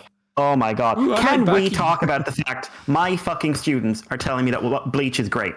They're children, Mikey. They don't know what they're talking about. Next, Mikey, they'll be saying, they'll be telling you that they like Evangelion. They'll be like, it's so deep, sir. It's so good. No. Do you know what they did? They were just like, sir, you like anime. Bleach is great, isn't it? They're just like, no. Really bad. I'm just like, oh, sir, I bet you like Naruto. Oh. What did I say? I just like, you have never been more basic than you are right now. What you should say is, I liked it when I was your age, and I was stupid when I was your age. I grew out of it when I was their age, for fuck's sake. But like, I think that I said, you've never been more basic than you are right now. And he's like, what? Moving on. I didn't even give him a chance. It's just like, no. Hang on. I will not entertain the idea that Bleach is good. XL Hedge just said, I don't know, Mikey. I kind of want Kazuma's life. Do you? Jesus. Oh, like, do you want to live in a, like... Jesus. Yeah. Rewatch that series. Yeah. Yes. Darkness. Oh my god. She's gorgeous. And Megumin's gorgeous. And Aqua's gorgeous. And they're also Aqua, Megumin, and Darkness. Yeah. Like, how many times have, like, they been swallowed by frogs? How many times has Kazuma actually died? Like, Kazuma was melted. He was melted. And it was, this is important, it was their fault. Yeah. Well, it was a little bit of the Axis cult's fault that Hans got as annoyed as he did. Yeah, but 9 times out of 10, 9 times out of 10, it is their fault. It's mostly their fault, yeah. Like, love them, no, but they're the worst people. Love them to death. Yeah. I will have no words about my Aqua. My Aqua, she is a good girl, but even I can, No, it's an anime where someone met God and then said, nah, God, you're coming with me. Because basically, you're being a bitch, you're coming with me. Yep. Fuck you. Oh, yeah, actually useless. Fuck. Let's sleep on a pile of hay and poo. And then let's put them in a crossover with the cheap, crappy, self-insert, power fantasy anime protagonists. And then have Aqua... Yeah, and ReZero. But then have Aqua kick the shit out of them because they're all unholy and she's a fucking god. Yep. I will never have more satisfaction in my life than when she just ran up to that fucking skeleton and went turn undead, and then we're just like, what's happening? Why is this working? See, my favorite part was Kazuma was able to convince dude from ReZero that no, his life was worse, even though he's dying all the time. Yeah, that was amazing. Like, amazing. My life is way worse than yours. He's like, oh, it is. What do you mean? Look around you. Oh. Okay, now look around me. Oh. Oh no. So Eminence of Shadow. I wouldn't recommend it. I also watched the Goblin Slayer movie, Goblin Crown. How much rape is there in this one? I mean, implied. There's a bit. The first 20 minutes is a recap, which is weird. Oh no. Yeah, it's like a 20-minute recap of the first season. Yeah, no, I'm good. I don't know why that's in the movie. I would have been pissed if I paid to see that at the cinema and saw a 25-minute recap of season 1. I'd be like, what the fuck? And then it's effectively 2 or 3 episodes of let's go to a village. There's goblins attacking. Oh, surprise. We go to a castle. We find that the previous party has been killed, apart from a lady who's been stripped and, defiled. As you do. Well, goblins, you know how it be. Yeah. Let's go to castle, kill all the goblins. There's a special goblin there. Let's kill him too. And that's the episode. That's the movie. It's fine. Goblin Slayer has a wheelhouse. It has to be said. Yeah, it's go area, find goblin, kill goblin. It's just like the main character. It's just about killing the goblins. It's like, yeah, that's fine. That's why I'm kind of looking forward to the next season, which is starting soon. I think there's one coming up now. I always enjoyed the Moonshine review of that, where it's just like, this is my helmet. It's for killing goblins. This is my sword. It's for killing goblins. This is my shield. It's for blocking things and killing goblins. Yeah. There's a surprising amount of variety in goblins as well. The main threat this time is a goblin paladin, just a goblin in like a big goblin in armor, like a knight. Like, yeah, all right, sure. Yeah, it's fun. I wouldn't like rush out and say you have to watch it. It's so good. It's just like, yeah, it's fine. I also watched the last episode of season 1. Season 2, part 1 of Mushoku Tensei. Didn't dust it until April, unfortunately. Very good. Very good. Very sweet. I saw some people saying, what's the point in this season? There was no character development. I was baffled by statements like that. I don't think they watched the season. As the main character, Rudius goes through a journey. Mushoku Tensei is not like a fast-paced anime, right? Like, season 1 is not fast, but... It was like it's a big light novel series. Yeah, and it goes, again, stuff happens, but it is at a slower pace. And I think people were annoyed that there wasn't any fighting. Where was the fights? That's what it feels like. I would say one of the weaker parts of that show is the fight sometimes, because I don't think it really adds anything. I think it's very well animated. But I think action in that show is not, like, interesting in comparison to the character stuff. It's because it wasn't the main focus. It was just it's not the... Yeah. They do need to get home. And from the trailer of season 2, part 2, it looks like most of the crazy stuff's going to be going down in there. But yeah, man, oof, that's a good one. It's very good. I'd recommend Mikey watch some Mushoku Tensei season 2, part 1. It is definitely on my list. Yeah, I the second Blu-ray came in, so I've rewatched all technically Mushoku Tensei, and it's great, really solid show. I got some other things. I was stupid. I went into Smith's and bought Bombshell, Legacy Bombshell. Pardon. Good. He's really tight figure. I'm shocked about how good the joints are on this guy. The guns on the back of his arms for his insect legs are a bit weird. They don't feel like they're off the ground high enough to be insect legs. They do the job, but that's fine. I still have the same problem as on the head that I had when I originally saw it. It's weird that the head part tilts back and the gun's attached to that rather than it being just attached to his head.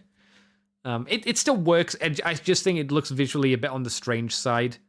But the transformation's a little bit fiddly, mainly because when you it's mainly the arms pegging into the back. They peg into the back and the front of the legs kind of open up. There's a cover. And they're meant to peg into the legs and the back at the same time, and it can be a little bit fiddly, kind of lining that all up. But all in all, he's a fun. I was shocked just how good the quality was on him. I also got Shrapnel as well, so I got all the Insecticons. Shrapnel's really fun as well. He has the exact lower half as a Bombshell, which I didn't peg onto. They are exactly the same leg wise. The upper torso obviously transforms differently. His arms in bug mode stick out a little bit more than I'd like them to. I wish they kind of tucked in, so he's a bit smoother. But yeah, he's simple and fun and very tight. The head's a little hard to get your fingers in to twist, though. And it's, again, quite a tight joint for there. But yeah, I like the Insecticons. It just shows how loosey-goosey Kickback is now in comparison to them. Because he was quite loose. These feel like they transform more than Kickback as well, which is good. So I'm quite happy with them. I also got Legacy Galvatron. Oh yes, what do you think? Yeah, he's good. Mine has a glaring issue though, unfortunately. Let me pick it up so I can explain it to you. So, if you're looking at the back of the figure, right? Yeah. You know the purple parts that connect to the silver cannon part, right? They're on those kind of hinge joints, right? One of the hinge joint parts is put in backwards, or it's a duplicate of the other side. So there's meant to be a cut for the black shoulder pad, right? It's got a little peg at the end of that. Yeah. And there's meant to be a gap where that can pass through, yeah? Because it's the wrong way around, that gap doesn't exist. Or it does, but it's on the other side of the chest. So he can't actually transform properly into the cannon mode because of that. Oh, that's awkward. It is. And unfortunately, I only found out once I destroyed the box and got rid of everything. So what I'm probably going to do is I'm probably going to try and get like a ruler, measure it up, and just cut the plastic off. Because it won't be that noticeable, you know? Yeah. Could you not? Is there any way you could like remove the pin and swap it around yourself? Or but the problem is it's the same part. Oh, it's a dupe part. Yeah, it looks like, as far as I can tell, it is a dupe part. So if I did just swap it around, I don't think it would help. I don't think it would. No, it wouldn't. I'm looking at it. No, it wouldn't help. So that's why I'm gonna have to just cut it.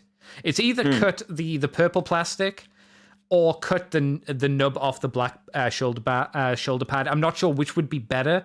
It would be easier to cut the black tab off the shoulder pad, but I don't know if that black tab actually does. That black tab do anything? Oh, mine's buried behind 3 other leaders at the moment. I'm afraid I can't grab it. Yeah, because I don't think it does, but I'm not sure. Gonna have to do some research. If anybody knows, let me know. Otherwise, I'm quite happy with that. It's a lot better than I thought it was. It does not picture well, the figure. No, it doesn't. It definitely doesn't. His chest is really broad, but in person, you don't notice it as badly as like in photos. I'm surprised how much fun I like, or I am having with it. I don't like the Matrix. The Matrix is. I get the idea. It's just shit. It just kind of floats around his neck. It doesn't feel super good. His stupid guns are fun though. I like them. Yeah. Do you see what I meant when I originally got it and I said like it feels denser than you'd expect? Yes. Yeah. Definitely. Yeah. I'm surprised how much transforming there is to it. Yeah.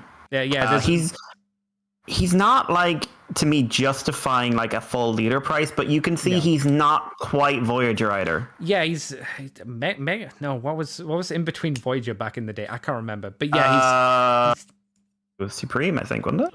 I'm trying. No, that was Giant. Ultra. I think he's okay leader price in some ways, but he's not. He doesn't feel as good as like Transmel 2 Megatron.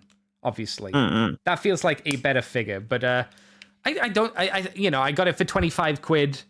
I think that's a really good price for this figure. I can't really complain apart from the part that's backwards. That's annoying. XL Hedge says, Galvatron warning, do not plug the silver bit of the arm cannon into the neck port. It will scrape off. Oh, did you know that, Mikey? Mine's translucent. Mine's translucent, so I wouldn't have known. Yeah, I guess that makes sense. Yeah. Painted and whatnot, but yeah, thanks XL Hedge. So I got that, and the last thing I got was the Transformers Robots in Disguise Warrior Class Windblade. Mainly because I saw we talked about the Legacy one last week, and I wasn't too thrilled of it, and I think this might be the best Windblade figure. Oh, interesting. But the glaring problem with it is it's not painted. Because I have the American version, the paint job on it is diabolically bad.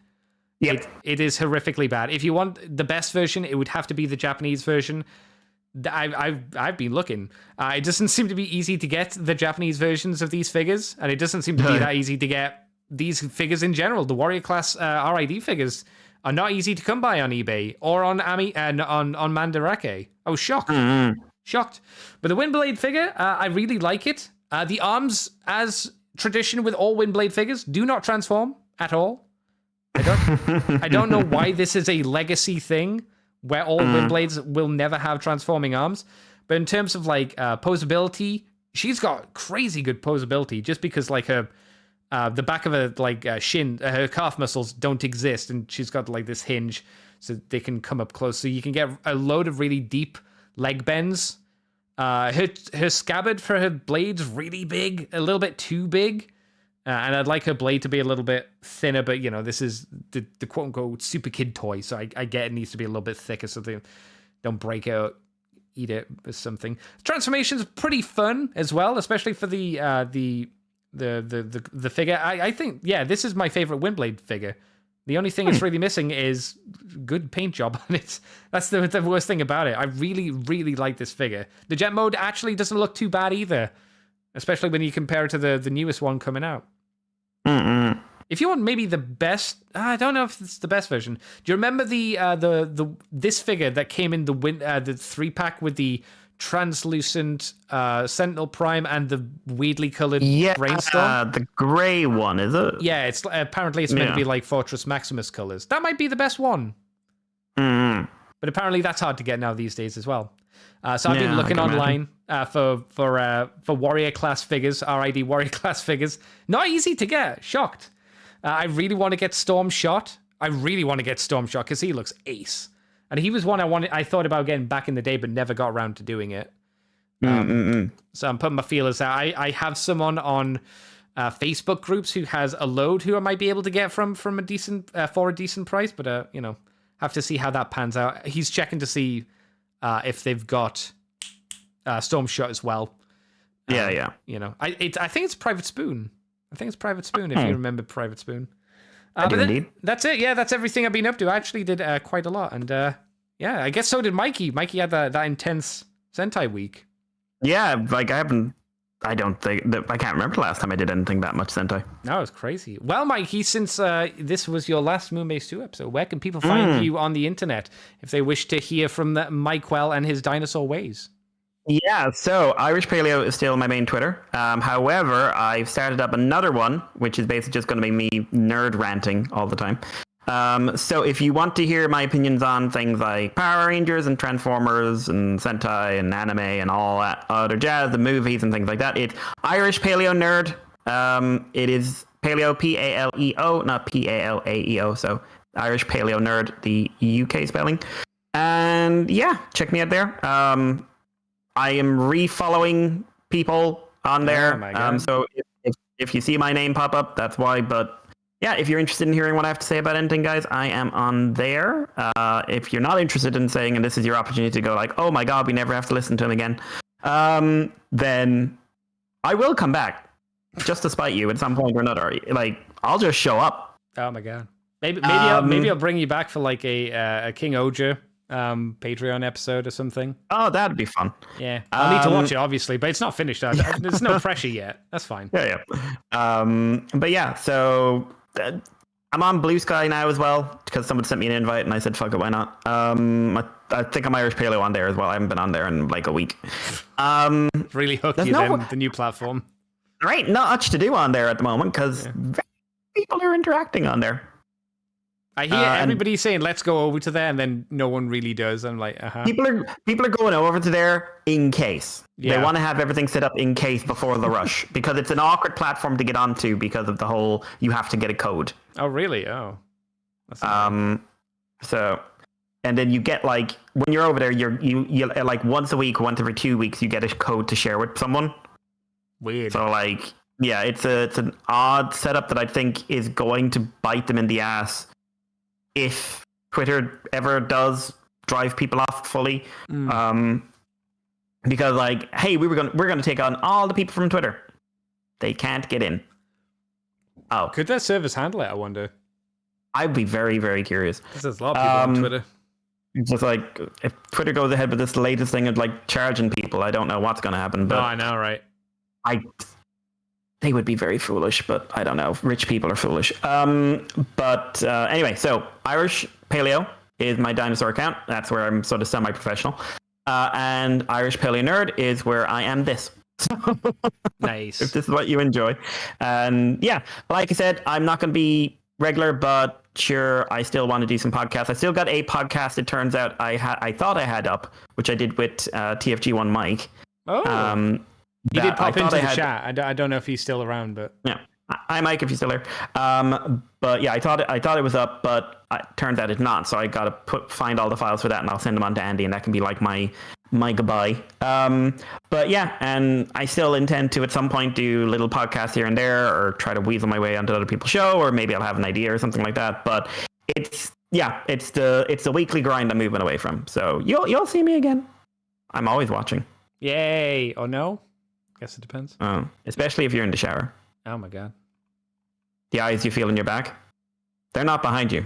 They're in front of you. Oh my god. Yeah. And yeah, if you want to follow the Moonbase 2, it's Moonbase2 on Twitter and the Moonbase2 gmail.com. And you can follow us on Patreon and Libsyn and Facebook and everywhere else. Andy, what about you? You can find me here on Moonbase 2. I'm on Twitter, Facebook, Libsyn, as Decayed Andy, Rotten Corpse of a Human Being. I'm going to be taking over the Moonbase 2 Twitter. We'll see how well that goes. You know, I'm not the biggest tweeter ever, but I'll try and do my best to, you know, make the Twitter do something. Try, Andy, you could actually have it on topic. You could be the one. You could achieve something I never was able to achieve. I guess, yeah. I just don't know. Like, because I talk about it on the show, it's like, well, what do I do? Do I just talk about it as soon as it gets announced? I go, I don't know. Who knows? Guess I could take pictures of my toys and slap it on there. That would make sense. I'm on YouTube as Decayed Andy, where I stream, you know, and I stream here on Twitch, Decayed Andy, Moonbase 2, Twitter, iTunes, Facebook, Libsyn, Moonbase 2 Transformers podcast. You know, sometimes I didn't realize the Twitter account was the Moonbase 2 podcast, which it is. I blame Nicole. Yeah, that's fair. That's understandable. And patreon.com/moonbase2 if you want to help out the show. Much appreciated. And again, Mr. Mikey, thank you very much for doing the weekly grind for as many years as you have. It's been much appreciated. It's been a good time. Fun times with Mikey.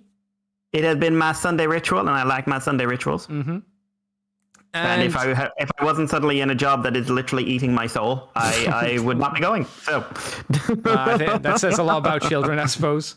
Children are the devil. Yeah. Well, I'll be back on Sunday next week with a guest on my own. I don't know. Depends how good the news is. Until then, thank you everybody for coming on by. We'll be back here at 8 o'clock in the evening, UK time. If you want to come on by and join the live chat and speak to me about the news and whatnot, you can do. Just come and say hi on Twitch or YouTube. And until then, thank you everybody. And we will see you. Well, I'll see you. Mikey won't because he hates you. I'll see you next week. I don't hate them all. That's no way.